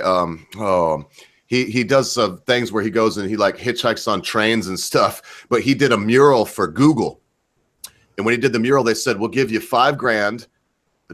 David Chu, something like that. But they said, "We'll give you $5,000 for the mural, or we'll give you," it was some outrageous, "we'll give you like 10% of Google stock right now, and you can keep 10%. He just decided to take the 10% stock, not knowing Google, and then when he bought out of it, he got $300 million. Yeah, smart guy. Yeah. So, but what he does is David Chu, I want to say almost positively, but what he does now is what Doppelganger just said. He did it before. They wanted to do the mural because he did a painting, and it was just like a weird, like a vagina with teeth and stuff around it, man. It was really weird to me. But he put a price tag on it on eBay of like $500,000. Got a bid almost instantly. And then they were bidding it up. I can't remember what he sold his first piece for. It was a tremendous sum for what I would say was a piece of dog shit, man, with all respect to the monster. But anyway, there you go. So if things are worth what people will pay for them, and it's there is a line between, being pretentious and just saying, hey, I took time and did this. If someone else can do it, get them to do it cheaper. But if they can't, this is my product and pay me, sucker. Oh, yeah, man. You got to. So before she has the chance to stop me, Ogre, you want to present my screen here for a second? Sure, yeah, absolutely. Right now. Some of her pieces do here. it quickly, very quickly. Boom, right now. Absolutely. So I've got, this is too shiny. Oh, yeah, the light. Yeah. Just turn the light. She does these amazing cards. So. Oh, yeah, cover your light with your hand. There you go, right there. That's nice. And she sells these things on cards, and they're so Nachi, would you call that block art? What is that called? Yeah, it just looks like sketch drawing art. Damn, that's pretty nice. Yeah. These things are adorable. But that's cool. Yeah, you got like a cupcake theme going on. Yeah, she's got a whole cupcake series. She's got these cool. I'm going to unwrap another one of these here. And these are all originals, or they're prints? Let's see here, and we've got. Yeah, I don't think he heard you. Are they originals or print, Beard Barian? She does the originals and then reprints them on vellum. Nice. Oh. Vellum, that's like a leather almost, isn't it? No, that's the super. It's a transparent kind of printer paper. Oh, okay. I don't know. I'm not an artiste that way. I play better. Neither am I. She makes up for my lackings there. But yeah, that's the horde of them that I got on hand here. I look at this thing, Nachi, man. I'm not even joking. How that you took the time to do the beard, and I can't wait to see some other projects I can't talk about that you're doing. One for a dear friend of mine. I mean, it's amazing to me. And that dear friend, he'll pay too. I think in fact, I know y'all talk, so I'm sure. You know, I mean, I believe in one thing with all my heart. There is no way that you can ask somebody to do what they do. In other words, if you want to go for a walk with a postman on his day off, give him $20 and then go for a walk with him. Other than that, leave him the hell alone and then rest on his day off. So if you know somebody and they do something cool, I mean, give the brother a loaf of bread or something out of your garden or $50 or whatever it is. Give him something. Don't just take. Other, could you please present Barbarian? Oh, Oh yes, no, this is just the last one.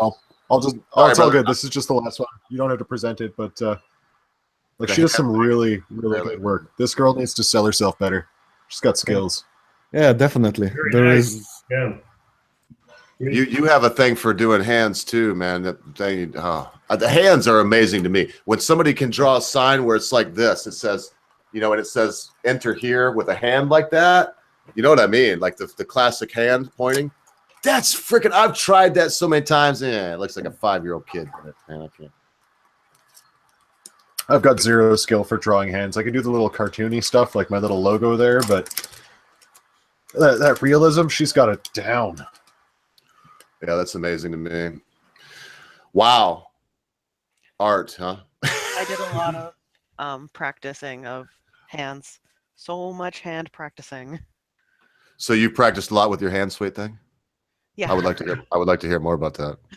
I have a very strong right hand, Yeah, she does.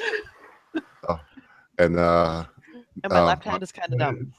my heart's all This is aflutter. reading out of control now. My heart's all aflutter and a flying. No, I'm just teasing. That was just funny. You know, I always say phrasing. I love Archer, the cartoon. Since we're talking about Archer, he's like phrasing, Lana. You know, it don't matter what she says either. She can be like, I got a hot coffee latte, and he'd be like, phrasing, Lana. You know, he's thinking about the wee baby Seamus. I don't know. It's like he's gonna come back. It's like a tattoo on the wee baby Seamus. It's like anyway, no, forget it. So y'all said you liked Archer. What's your favorite episode, man? That's the direction I want to go in. Oh, it's been a while since I've watched it. Go ahead, Nachi. No, I'm sorry. I got my cat here. My cat. Oh! I thought you said ooh, like ooh, because I've got mine. Wait, I'm waiting. I'm gonna go last. Oh no, Anybody? tell me what yours is. Maybe it'll remind me of. All right, my favorite one is where Archer gets breast cancer and he's getting some medicine and he's like, it's Zima. The dude, the Cyril Figgis breaks it down and it's like, it's Zima. And he's like, oh, and the whole time he's like, I've got breast cancer and I feel great. And then he finds out it's Zima and they go to get the people that are switching the real drug for Zima, the old alcoholic beverage from the early 90s. And he's like, this guy's like, he's interrogating him. He blows people's kneecaps off with the shotgun. But the funny thing is, before he's all happy and shit, and he's like, I don't have cancer. And then when he finds out it's Zima, he's in the back seat of Lana's car, and he's got a IV with the real medicine dripping in him, and it's making him sick as his chemo. And he's got a joint and a bandana on already because apparently his hair fell out in like 2 minutes. He's like, you know, rampage, Lana. They gave me the wrong medicine. Anyway, I don't know. That was like, you have to watch the episodes too. If you haven't seen Archer, for goodness sake, H. John Benjamin, Bob's Burgers. I mean, who hasn't seen that? That's it. But there you go. That's my favorite episode, is the cancer one. And at the end, he's like, they're like, he gets a call from his doctor. His doctor's like, oh, we made a mistake. That wasn't your records. You don't have breast cancer. And all the people are there to bid him farewell for his funeral. Like, you know, and he's like, fuck all y'all. I don't need y'all at all. Get the fuck out of my apartment and whatnot. And then the phone rings right away. It's like, oh, Archer, we made a mistake. That was you. You're going to die. And he's like, oh, come on. You know? All right. So anybody else with their favorite Archer, since I just blew the fucking hell and gone like a dummy? I really like the one where they open the new building, and it looks all like futuristic and white and like pristine, and Mallory's in there and she's just like, oh my god, just loving it.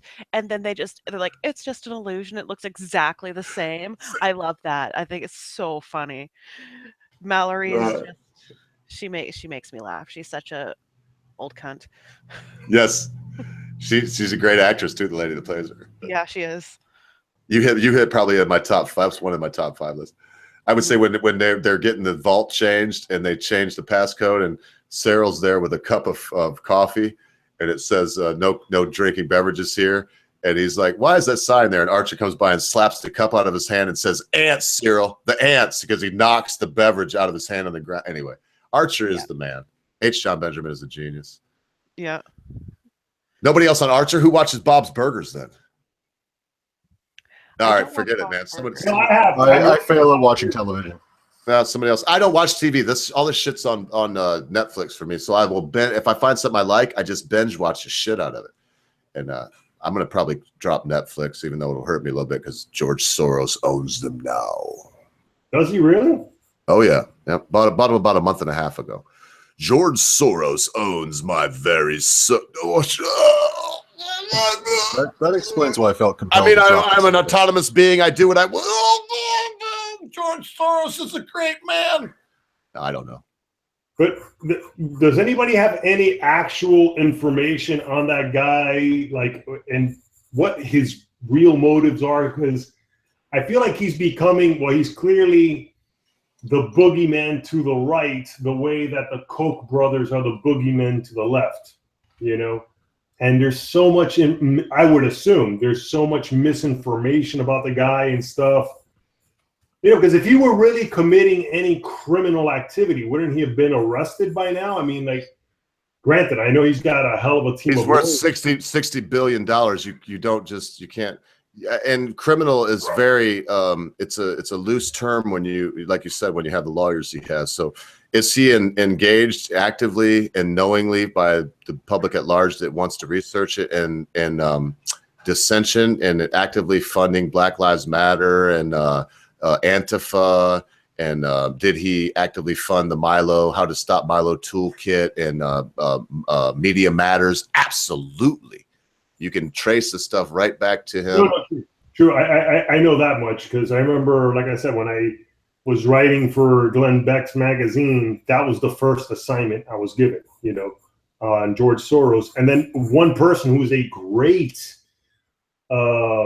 source of information on George Soros is David Horowitz, and he wrote a really good book called I think it's called The Shadow Government. I'd have to look it up right now, and right now I'm working on the sketch and stuff. So, but one thing that I did find fascinating about him was, you know, because he was completely against the Iraq war and shit, but he invested heavily, like right before the Iraq war, he started investing heavily into steel mines, like mines for steel and shit. And people didn't understand why he was doing that.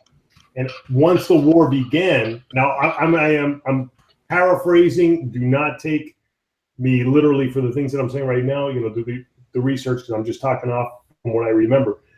Basically, once the Iraq war began, he profited heavily off all those steel stocks that he had invested in, because those were the companies that were supplying the military with all the materials, you know. And then when they confronted him about that, he was like, "Hey, you know, somebody's got to make money off this shit." You know, it's just, yeah, the guy is clearly an opportunist to the degree, you know. But, guys, I wanted to thank you for the stream and say goodbye. oh, So yeah. have fun. No, Yeah. I just got here. Yeah, Wiedersehen, hello, love. bye day. Bye. Thanks for coming, And- Mark. It's always a pleasure. Oh, See you where did again. Ogre go? Ogre just dropped. Oh, that's because he trembled in fear at the Oh, Dave's no, Dead everyone's leaving. menace. Yes, Oh, Dave's eyes are beautiful. I'm very threatening. You have beautiful eyes, Dave. This Joe. Was there something I said about Soros? I mean, what the fuck? What? Hey, Dave. Hi, Dave. Hi. Oh, What's up, that's pretty guys? eyes. She Oh, got thanks. beautiful eyes. Oh, thanks. God bother. So Don't what's be up? Not much. I had to take the headphones out that were plugging into my ear holes because they kind of hurt, like they're getting ear pumped. And so I put these on. And as I was leaving, you just popped up. I think Nachi might have just asked you, did you have something to add, or are you just coming to like be cool and hang out? I'm just coming to hang out and chill. Oh, it's good to see you. We were talking about all kinds of crazy shit. We had like some stories earlier about how pot was going to take beer out of business, and some Canadian dude stole an ambulance. And I can't believe that dumb shit. Goddamn. All kinds of random stuff. So what's happening in your neck of the woods or whatever? Nothing. I went food shopping today. It sucked, and my powers might go out, so that's always fun. Nothing really. What, like from a storm? Yeah, it's all raining and stuff. Salud, amigo. Salud. Cheers. Salud. Cheers. Cheers. It's Friday. What else we got to do but get a little hammered, you know, and have some fun? I guess, yeah. Hell yeah. Yeah, Mother's Day is coming up. Everybody ready for Mother's Day? It's my favorite holiday. That. I'm the biggest motherfucker you know, so make sure you send me a card. I'll send you some pictures, man. That's what I got. A friend of mine that I call that lives in North Carolina every year on Mother's Day, and it's like Happy Mother's Day, person X, and they're like, like you're the biggest motherfucker I know. Every Mother's Day, I've done it for about 15 years. It's hilarious. It's a dude.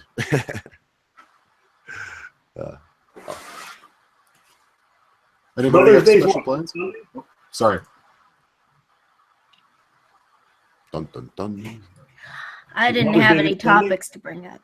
No, I just wanted to hear about your day, girl. We would. It's this casual Friday. We do free for all Wednesday, and we have conspiracy Monday. And so it's basically we did the news earlier. Doppelganger left, so it must be like the news is over. He's my news fairy. Mm-hmm. Yeah. I'm not gay, but fairy. You know, like flies. He's super. Thanks for asking. So what you said you had to go shopping, grocery shopping? Yeah, just get cat food. It's really not interesting. Let's not talk about it. Just fine like, then, man. I wanted to know more about your childhood, like you were rambling on last night for about 3.5 hours straight. Yeah, that was a deep show. No, I'm just teasing. But I wanted to know some other things, but we'll talk about it in private when you and Grumpo and I are in the same room. Okay. Oh, that's so stupid. That was the dumbest thing I said in 3 days. You're on a roll. No, I know it, man. It's like one after the other. They keep beating the final records. Like, I don't know what it'll be by the end of this shithole. Now, I just wanted to say that I really appreciate it because Beard Berrien's here, that you came on last night, and that Britisher came on 3:30 in the morning his time is when he did the Brexit. Mm-hmm. Yeah, so I ain't going to get her to talk, bro. I tried. I'm not feeling very energetic today. No, that's cool. I'm just glad you showed up, girl. It's cool. Other people do stuff. Sorry, I sucked the soul out of you with those questions. You didn't. It was good. What do you mean you're not feeling energetic at all day? I've just woken up. So it's 5 o'clock in the morning there? Nah, 11 a.m. on Saturday morning here in Australia. Right. Here in the East Coast, Eastern Standard Time. That's always a mystery to me. It's tomorrow there. Yep. Cheers, mate. Here's some of my spring water. Coors Light. What the fuck? Who drinks Coors Light? A cheapskate ogre that likes to pay like eight quid a fucking 12-pack. I'd fucking rather drink fluoridated, chlorinated tap water than drink Coors Light. Nah, at least that's got more chemicals in it than fucking Coors Light. If you want to get fucking hammered. I don't know if they put. Maybe they do. I don't know. I tried. I have the list right here, mate. Let me show you. No, so you know I'm not joking. I have tried to find Cooper's Red, Thule's, Fat Yak, and Swan. I've tried to find them. It's like trying to find Bombardier. Why don't you just get better like beer that's here and not like fucking expensive? I see the shit you're drinking. How much? What's a 6-pack? Eggy, you got to find You drink like Magic Hat. What is that? Leinenkugels? Yes, it's a summer shandy. Summer it's shandy. delicious and refreshing for summertime. That shit's expensive as hell, sweet thing. Not really. How much is a 12er? Like $12.99. I paid $8 out the door for this 12-pack. Shit, So- Yeah, but that's it's so gross. fucking cheap. What the hell? Our 12 packs are like $15 to $20 depending upon the beer. Well, it's because they don't want you Canadians. Hey, that's why we don't want health care here, mate. Because your cigarettes are freaking 10 quid a fucking pack, and you. At least the cheap ones are $10. Yeah. Ciggies in Australia are about 22 to about $30 a pack. Saints preserve us. You're Josh. And Well, they come in plain packaging, so they're in this dark olive green sort of packaging. They have no branding. The branding is written in just ordinary font. There's no labels or any shit like that, and they come with massive graphic health images on them. So you'll see arteries with all the fucking fat being pushed out through through them. You'll have a brain being cut open, and you'll see a blood clot popping out of the brain. I always heard about that, but I didn't know it was actually implemented Send me a anywhere. link to a pack. I They gotta do the look it same up. thing on the packs here, but they still have the branding at least. Well, up in Canada, they started Black Death, and they're selling like hotcakes, but there's a big pack of cigarettes that says Black Death on them. In fact, they sell some down in North Carolina called Lung Cancer. That's the name of the cigarette, Lung Cancer. And they sell like hotcakes, man. The kids. That's the way you got to do it. Yeah, If you're gonna be forced to like put horrible shit on there, you might as well make it look cool. That's actually a smart idea from a marketing standpoint. And Swift Fox, don't we smoke cigarettes because it's cool when we know it's going to kill us? That's why we smoke it, right? I mean, it's like driving a hot rod. I don't know if they're even here. I used to be a smoker, and fucking it's just if I want to pick up a packet of cigarettes and start again, I'm there smoking the ciggy, and I'm looking at the packet thinking, "Fuck, this feels so good, but that looks so gross." You got to smoke reefer, Godfather. No, ogre marriage you want it is bad and kind. That's what I was going for. I was working that one. Yeah, well, no, it's not bad. Ogre, don't do drugs because drugs are bad. Okay? Well, and how in Canada Canada, I almost said Canada. Sorry, mate. Down there, down under, which I don't believe it because you're on the edge of the plate, not down under. But do people smoke pot? Not you particularly, but do people smoke marijuana? Oh, fuck yeah, because it's cheaper than pre-mix alcohol these days. So when we had that stupid fucking prime minister called Kevin Rudd, who couldn't hold his own piss and ended up in strip joints in New York because he got fucking drunk, he decided to reduce underage drinking by introducing an Alco Pops tax, by upping the tax on pre-mixed alcoholic beverages. So like your Canadian Club and Dry, your Jim Beam and Colas, your Jack Daniels and Cokes and all that, and Cougars and Colas. Frou-frou drinks, kitty drinks. Oh crap! Yeah. So they used to be. I remember getting them for about $10 a 4 or 6 pack. Now they're about the same price as a packet of cigarettes. You're looking in your 20s for something like that.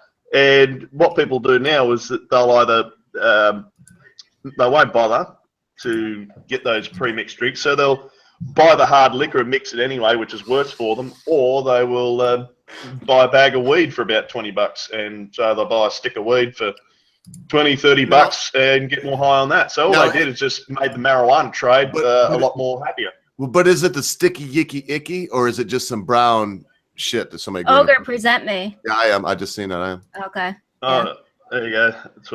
Phrasing, that's what they Dave. look like. Phrasing. Yeah. That's the green fluff shit. That's what it looks like. That's green fluff. Let's see. All I right. can buy any better ones. Oh man. That's crazy. That's you like are shitting me.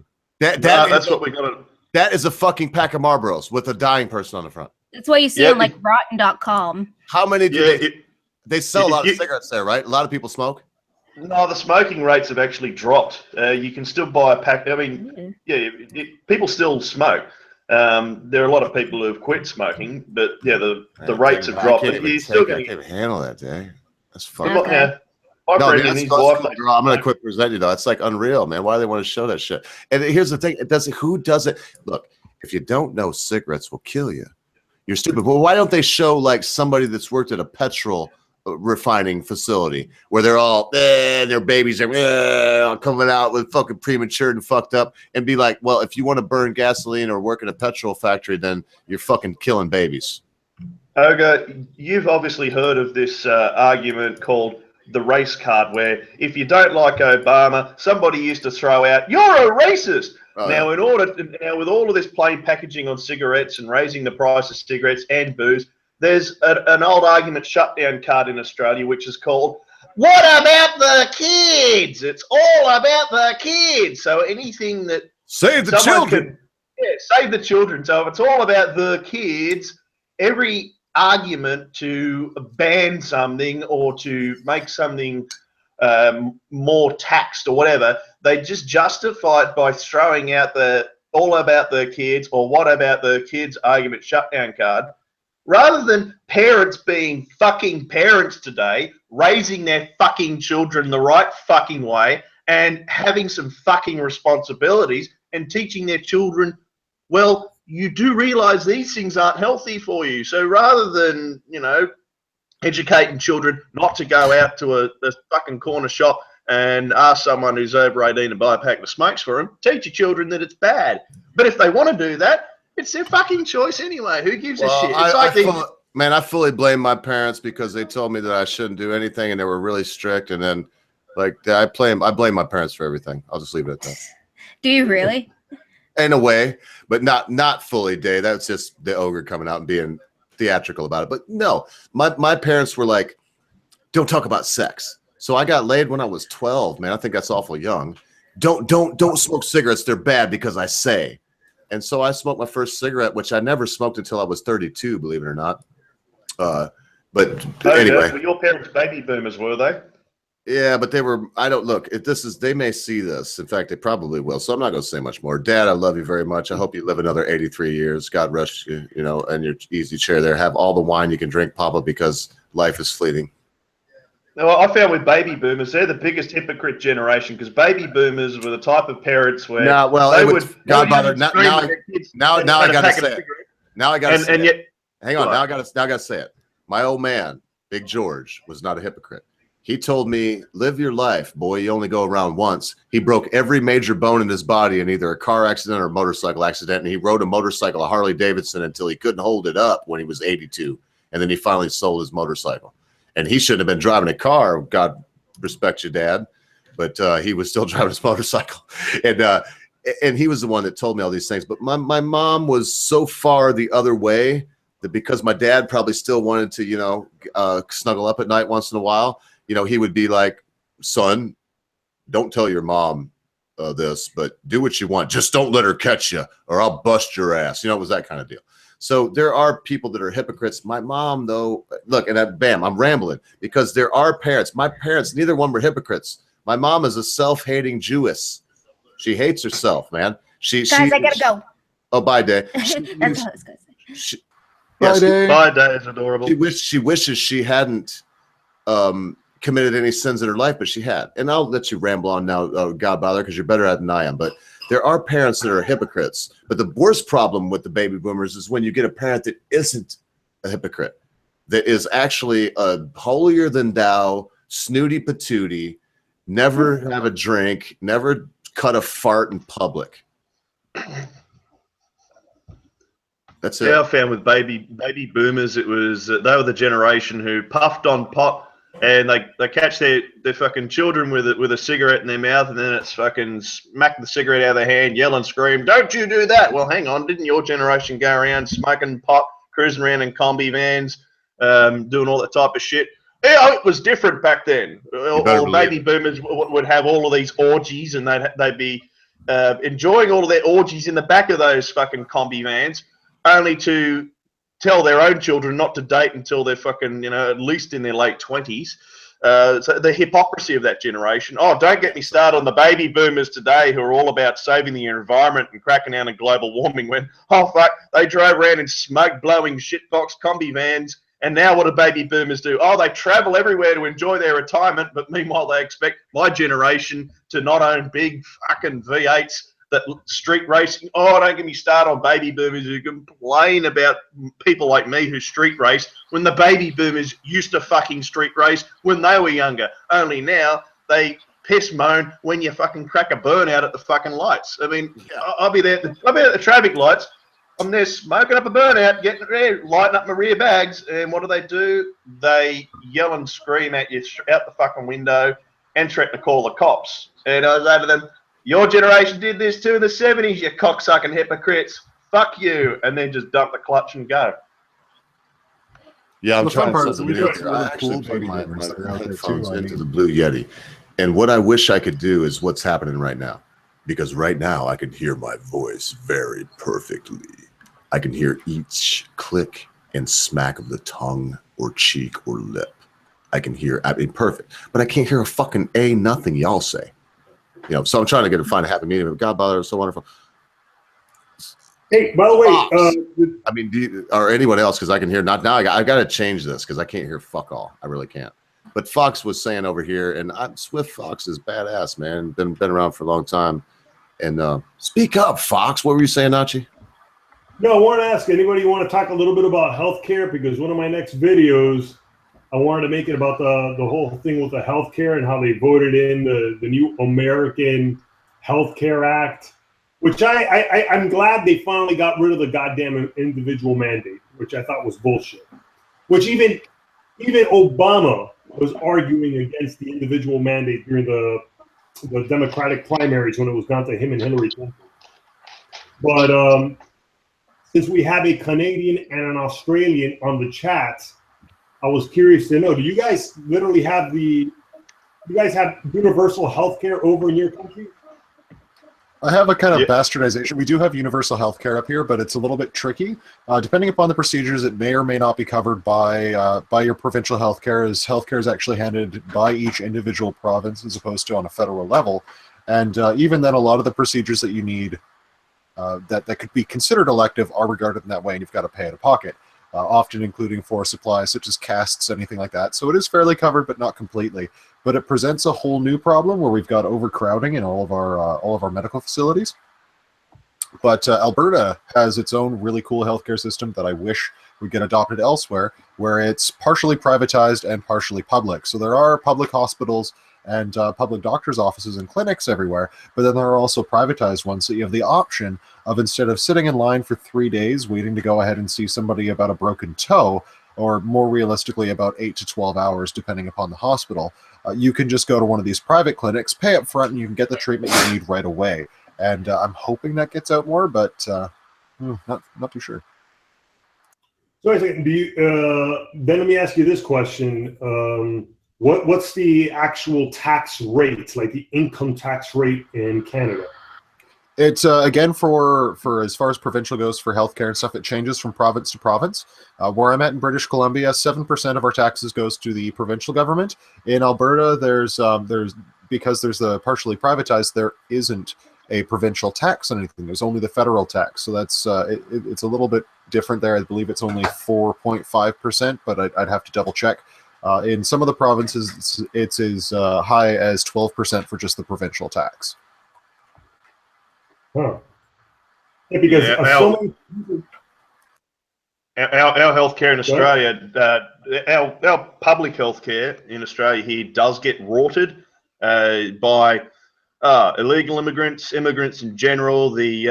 I suppose the Mediterranean immigrants were the first to really pioneer fucking hypochondriac fucking. I have a headache. Oh, I'm going to die. Oh, I need to go to doctor. Take me to doctor. Oh, I have problem on my body. Oh, and they would just sit there in the hospitals wasting time. We've got a lot of elderly who just use the free medical to simply have a chat to the doctor.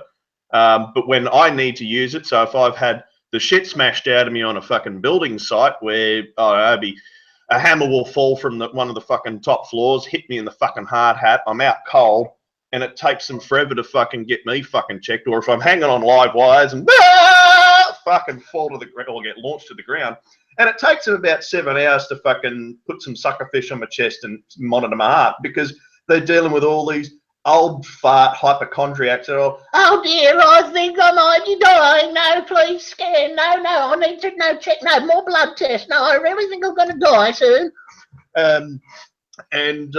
It is rorted where the likes of slutty single mothers with their fucking brood of bastard kids to give them more guaranteed cash, they get free, entirely free medical. It's called, you got healthcare cards they're given, and they will just go to the doctors the moment their fucking kid cuts a fucking rotten fart, and they're there in the emergency department carrying on that their child's got gastro and their kid's going to die and they want their kid. It's my kid. This is my fucking kid. My fucking kid means everything to me. And then everyone else has to get pushed back just so this screaming, slutty single mum on welfare can get her kid seen to in front of everyone else who's the actual tax-paying cunt who is the reason why we have this Medicare health system in the first place, because it's all about contributing. But anyone on welfare virtually doesn't pay any tax and they don't have to pay into it. However, I also have private health care, which allows me to not pay into Medicare because I go on the private system too. But we have a lot of rorting.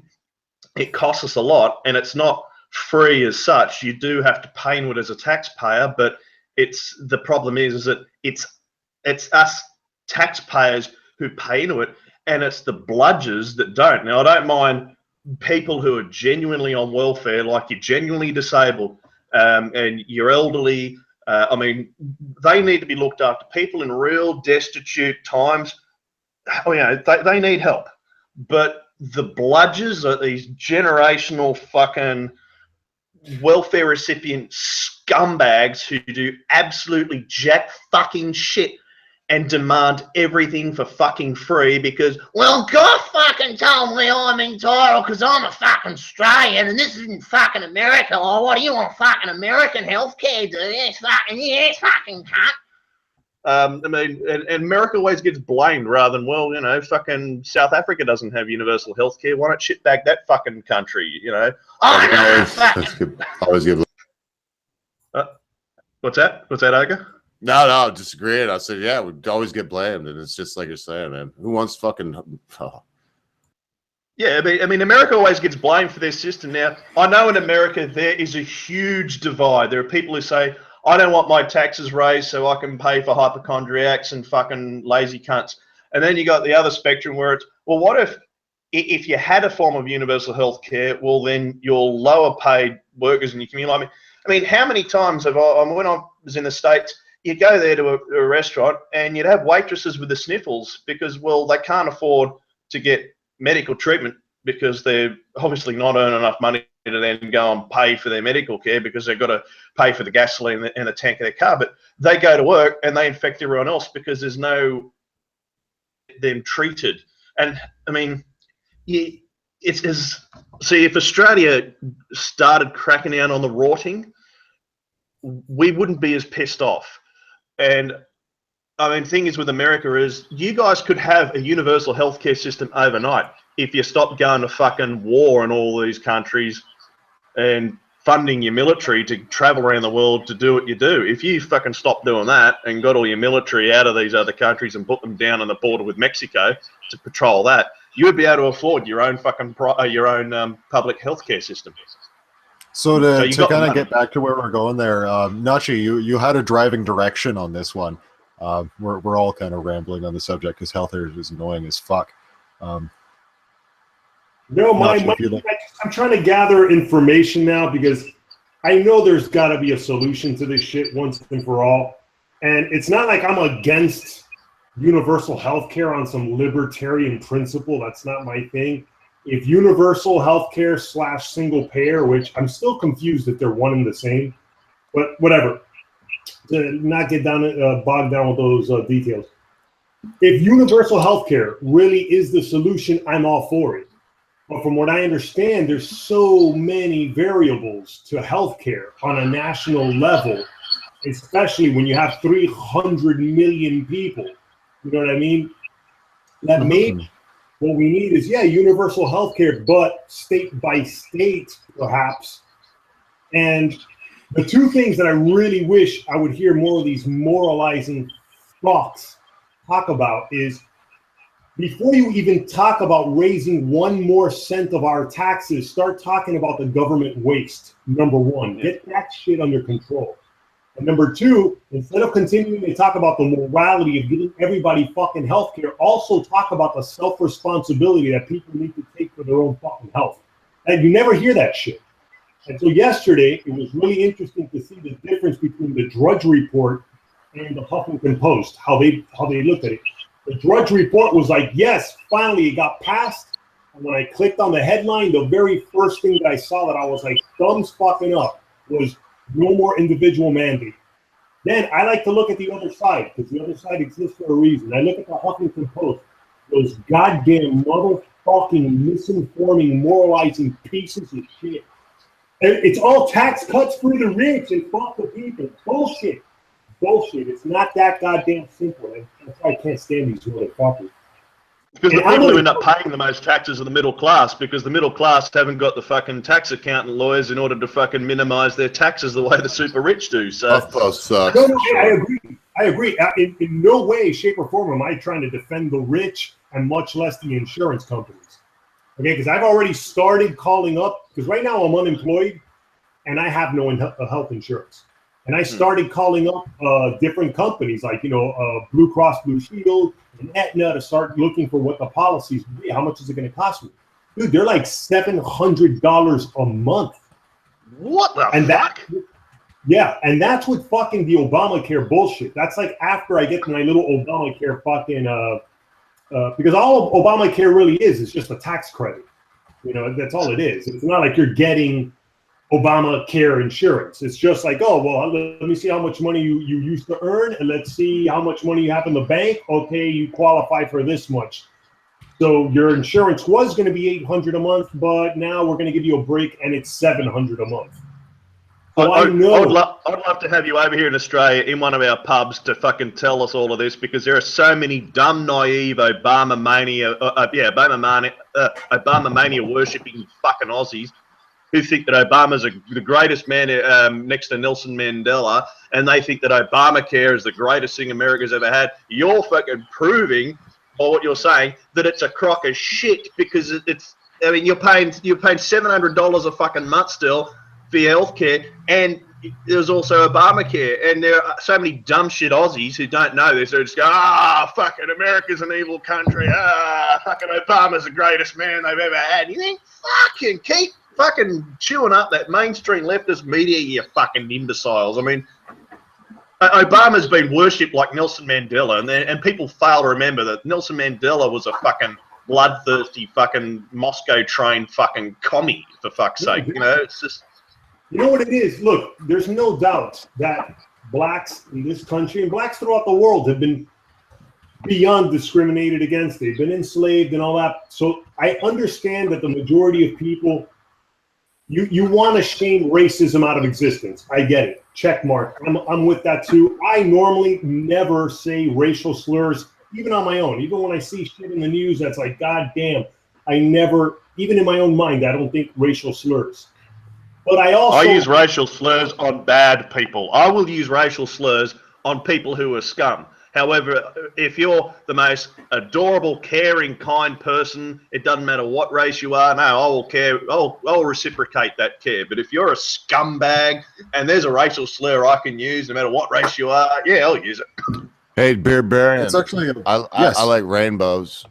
Yeah, I like me too. Rainbows are the freaking gay ones, amazing. man, but like there was a big storm here the Genuine other day, rainbows, and nice- the nice storm sunshine. passed. There was a big rainbow in the sky, and I looked up at that rainbow, man, all the colors of the prism. And I just found myself thinking to myself, I'm straight, man. I like poontang, but I love rainbows.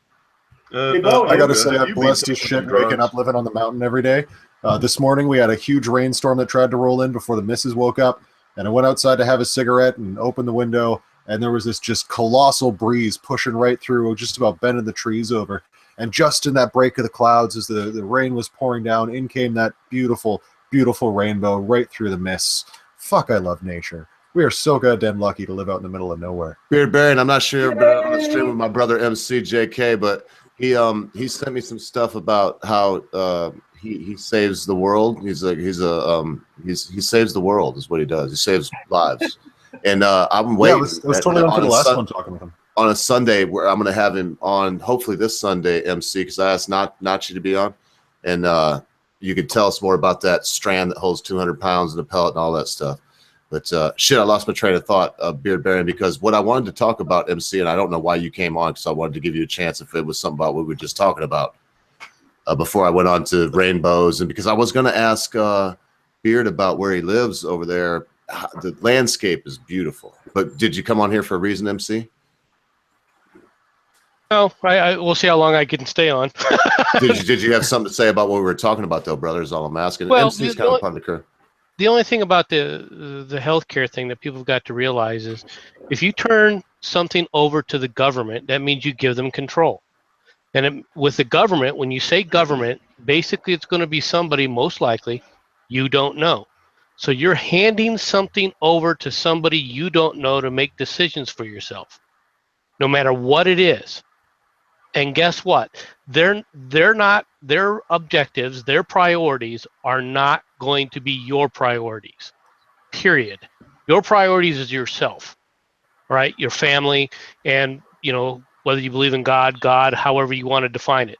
But that doesn't mean that somebody working in the government, that's their priorities when it comes to what they're going to allow you to do or take away from you. And that's the other thing. See, that's probably the case in a two-party duopoly where both fucking parties collude and agree. Where I live, we have a thing called balance of power. We have more representation in our politics, and we have things called mandatory compulsory voting, where governments don't win elections, but they lose elections. And every time the I government, like both y'all, man, but let's face it, in Australia, there's like 26 million people. Y'all don't even count, dude. Yeah, well, you guys don't count. You're a fucking huge quiet population. down. We'll destroy y'all, man. Just quiet down. Population that's too busy watching your mind-numbing football, watching a bunch of grunting fucking dudes. Reading all y'all a do is script rugby, on and an then y'all go Astro stoke off some Aboriginal right here and tell him how cool he is. The thing is whenever you change the government or you vote somebody in and out, you still end up with a bureaucracy. And that bureaucracy is not elected. No, for sure. I mean, that's where I'm just trying to inform myself, because this is going to affect my wallet and it's going to affect my life literally. And yeah, whatever. Sorry, I'm getting all tongue-tied right now because whatever. It's a complicated issue, and it's really difficult. Like that whole thing about, I don't want to hand over any control to the government. However, if the government can fund a significant part of it the way it funds public education, I don't think that's a bad thing either. You see what I mean? There's more than enough money for public education. The government doesn't fund anything. The government takes it from somebody else and gives it to whoever they decide to. You don't need government support to take care of people. We never had to worry about that before. In fact, the whole insurance thing that we deal with today in this country doesn't start until when? It doesn't start really until World War II. Why? Because in World War II, one of the problems was all of the when they seized control, when the government needed to seize control of all the industries, it did so and said, okay, what we have to do is prevent this from getting out of control. So they put in price controls and they told the industries, here's what you're going to hire people for, here's what you're going to, as a maximum, you can't hire anybody else, or you can't try and get people back and forth, right? So how did companies compete? Well, what companies competed for, the way they did it was to basically set up a system where they said, okay, we'll give you this extra little benefit. And the extra little benefit they gave was healthcare. They said, okay, we'll have a company doctor. If you come work for us, you can use this company doctor for free. Your families can use it for free.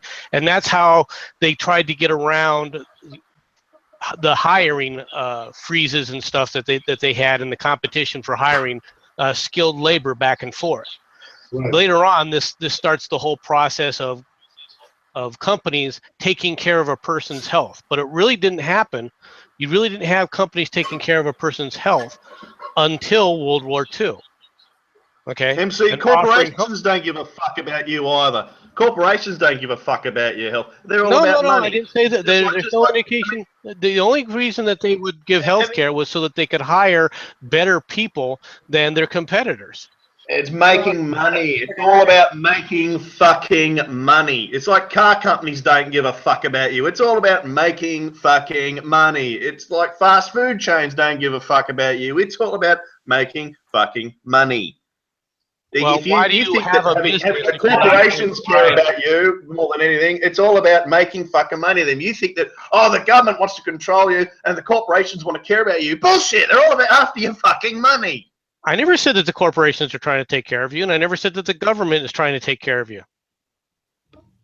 You're fucking shitbagging the government to the point where Well, it's as because though that the every corporations time are the the only government gets savior. involved in something, it's an absolute disaster. Now, granted, once again, Maybe you're right. your government, because you don't fucking get politically active, because all you do is sit back, watch your fucking pigskin fucking kicking fucking pantomime couple pie. But we actually are more politically active here, so hence we hold our government to account. We have a thing called compulsory voting, where you have to turn up and vote for the motherfuckers and vote them out of they're a bunch of cunts, whereas you cunts just say, fuck it, they're all the same. Fuck it. I guess I missed the fact that you lived in utopia. I don't live in a utopia, but it's a lot better system than what you guys have. Oh, I totally disagree. That's because you fucking, I'm afraid of leaving America. I'll sit there and grill some burgers and watch some football. Yeah, well, So I that's also I'm see gonna us sit up there interject for a second dominating here. economically everyone else. I'm going to interject for a second here. Swift Fox has been trying to shout out over us for a while now. We've been pretty active. Swift, if you'd like to take over for a moment. Hey, who's going to take over? Swift Fox has been trying to get a word in for a while, but we've been so passionate that we've been over talking him. So Swift, if you'd like to jump on in.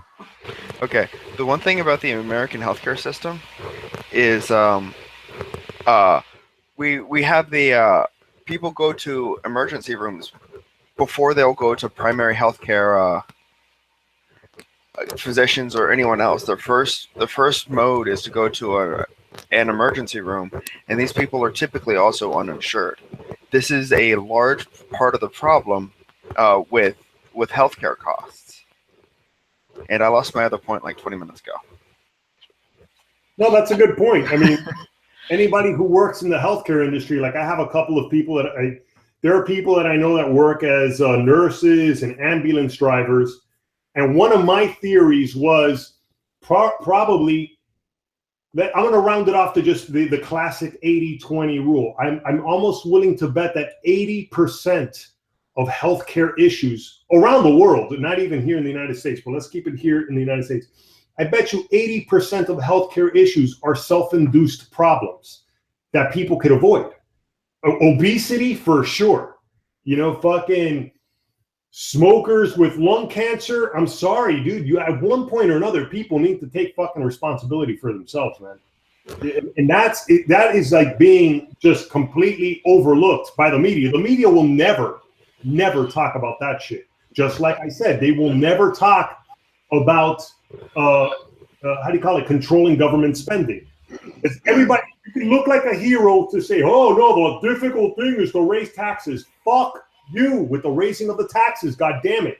Fucking start managing the money wisely. You don't need to keep raising fucking taxes. And that's why I'm trying to see what could be done. Like what can we do? Believe it or not.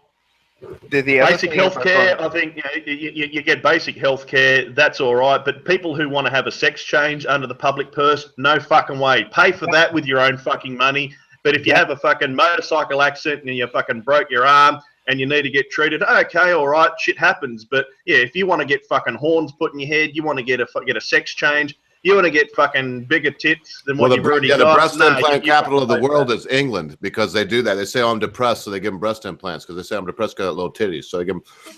That's why America. I want depression. Listen, titties. no one has ever been put in the street here in the United States ever.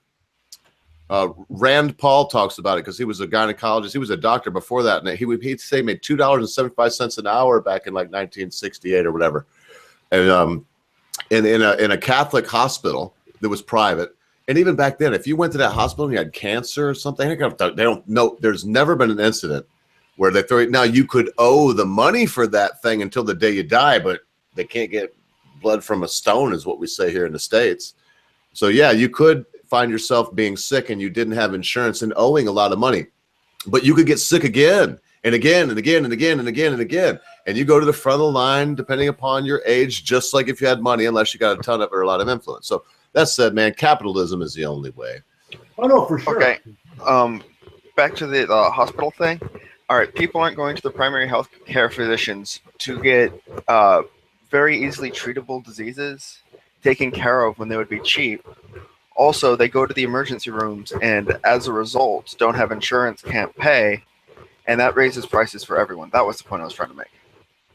Yeah. No, and we know that. The sad thing is that the way it's being sold to the public by the media is that there are evil, rich people out there trying to fuck you over, and what we need to do, the moral thing to do, is to just fucking raise taxes. How dare you, like, turn away sick people and shit like that? And they never talk about the responsibility of people with their own, health, and much less will they ever talk about fucking containing costs, on behalf of the government. They never talk about that.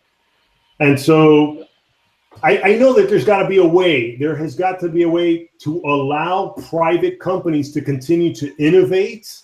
And yes, it's okay for them to make a goddamn profit, but there is clearly an health insurance is way overpriced.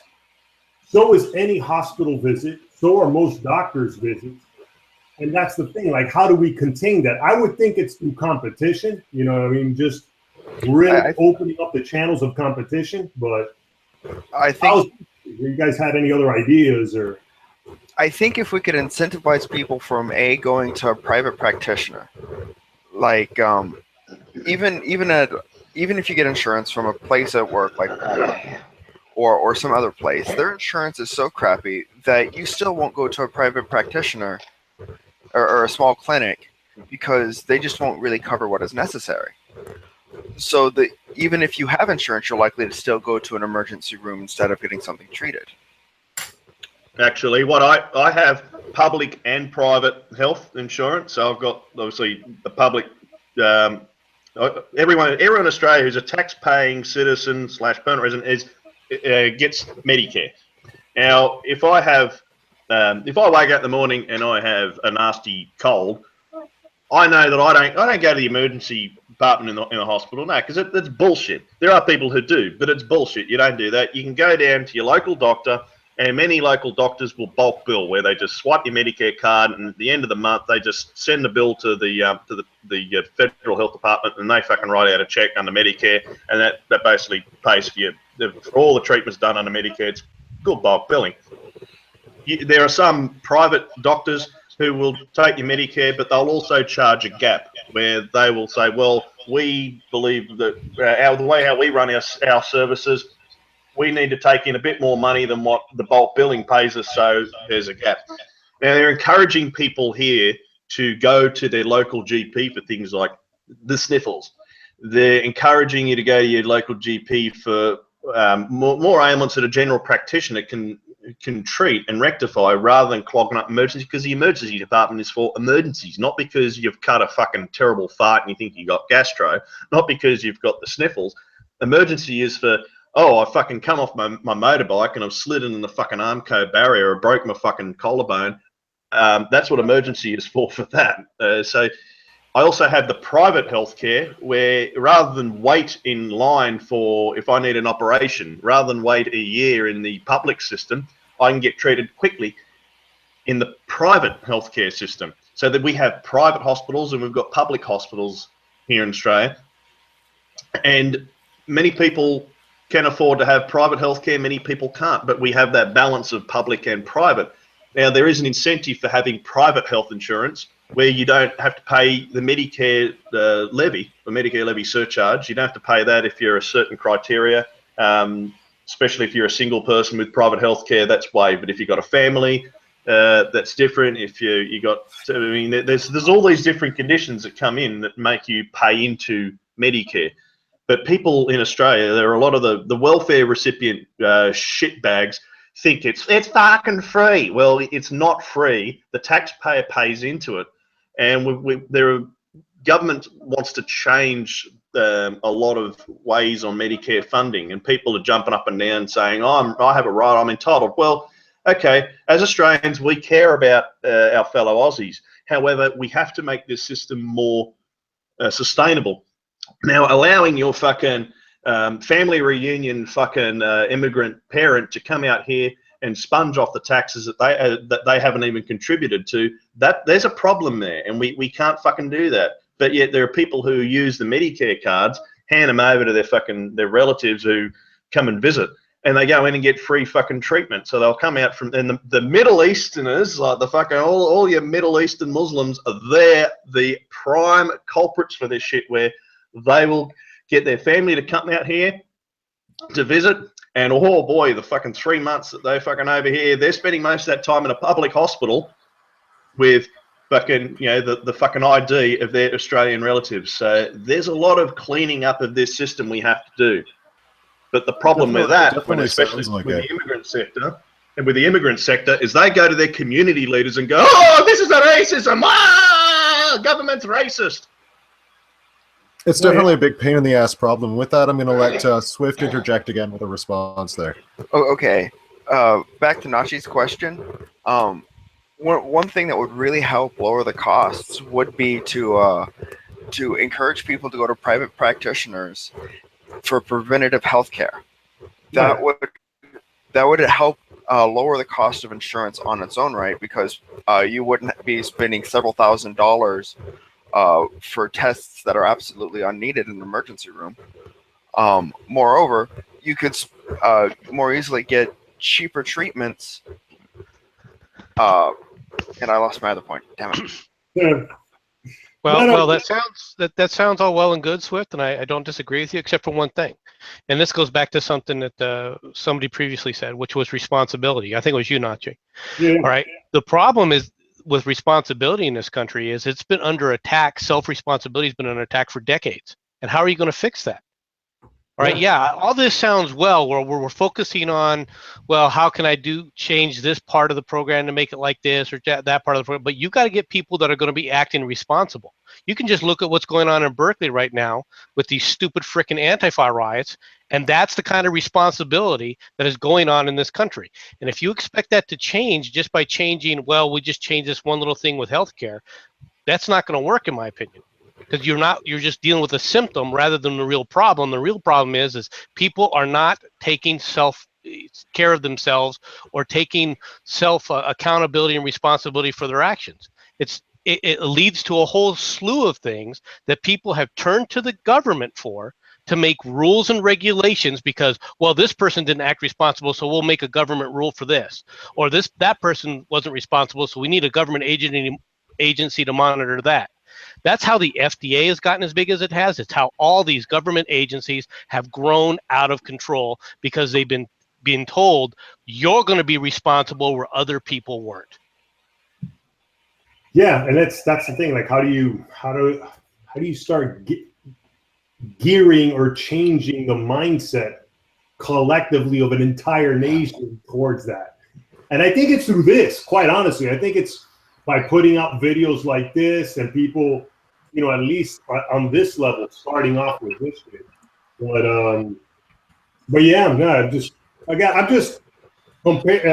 to get feedback from people and see if I'm off my rocker on these things, especially with responsibility. No, it's a good question to ask, Nachi, and I'm really glad that you're tackling this subject because it's a really messy one. But we're getting to the last couple of minutes of our stream for today. We're probably going to continue doing Hangouts afterwards. So I'm going to pass to Ogre now so that we can get her done. Yeah, we have 5 minutes left. Thanks, Beard Barian. You know what? Sometimes people mistake me for someone that knows what I'm doing. And if I know anything, it's in my life, if I've had any gift, it's been being able to find people that are much more intelligent than me and have better skills than me in other ways if they're not more intelligent, and that are excel in ways that I do not. And you know, for me tonight, it's been good to have Beard Barian on. I just randomly asked him if he would come and help me because I get carried away. I get lost in the part. He's a pretty good actor. He can come in and out of whatever part. He's some kind of barbarian earlier, and then was doing some kind of Canadian voice and taking that persona. And some people are really good at that. And then I got, you know, MC comes on, and I tell you, MC, I'm really humbled. I kind of want you to come on Monday if you're not too busy saving the world to talk about these amazing breakthroughs and fighting cancer when you're at the point where, you know, you should be writing out your will And if you get an extra day or two, you should be happy. You know what I mean? And MC's out there doing these things that to me boggle my mind. And he said he wouldn't mind talking about that a little bit. And why? Well, just like the Melville, which I'll start out with on Sunday, it's because the more things we do to strengthen our frontal lobes. Listen, folks, for you beard Barians out there, and for you Neanderthals out there, and everybody in between, everything we can do to strengthen our frontal lobe doesn't just make you a better guitar player or a better painter of portraits or drawer of things. It also helps you to be a better fighter. It helps you to be a more attentive lover. It helps you in every way that you can think, because your frontal lobes is where you process information. It's where you take into account the things you've learned and you compare them with the things that you've done. And then you see where you're at and you decide where you want to be. It's the place where you are you, not down there in the base of your brain where the animal part of you lives that doesn't really have any much rhyme or reason. But if there's a loud noise, he'll jump. Or if there's a piece of poontang, he'll try to hit it. But not that part of you. The part of you that reasons, the super ego of you, if you will. You know, if we strengthen that part of our brain, we won't only have a better life for ourselves. We will make the lives of others around us better, even if we don't try or we don't necessarily set out with that mission in mind. Because believe it or not, constant viewer, everything you do in life is observed by someone. You know, someone knows you, even if you may not realize that they have their eye on you or that they've noticed what you've done. So keep that in account, you know. And I'd like to remind everybody, Blair White will be on Monday. If everything goes right, I'm sure she'll be here. We have some questions for her. Some of them are going to be funny. Some of them are going to be probing. I know a couple of them for me are going to be. I'm honored and I'm humbled, not just by Mrs. White, by some other folk that have been on, but by Nazi Free and MC, Godfather, Fox, Beard Baron, Zero. He didn't even say a mumbling word. We're finna end it. But what a good brother Zero is. Staunch dude, I tell you. Whether he's right or wrong in a debate, you don't want to debate him, so I'll leave it at that. He's just a hard charging, balls to the wall son of a bitch from where they grow the corn. Anyway, that said, folks, I could keep rambling on, but I do notice I just time that perfectly, and I don't know how I do that. Sometimes I think, well, you got 3 minutes, Ogre, and somehow or another I speak, and then I look, and when I'm then it's 3 minutes. So that's been 3 minutes. So I'll leave it at this. Be good to your friends. Be good to your family members. Be good to your loved ones.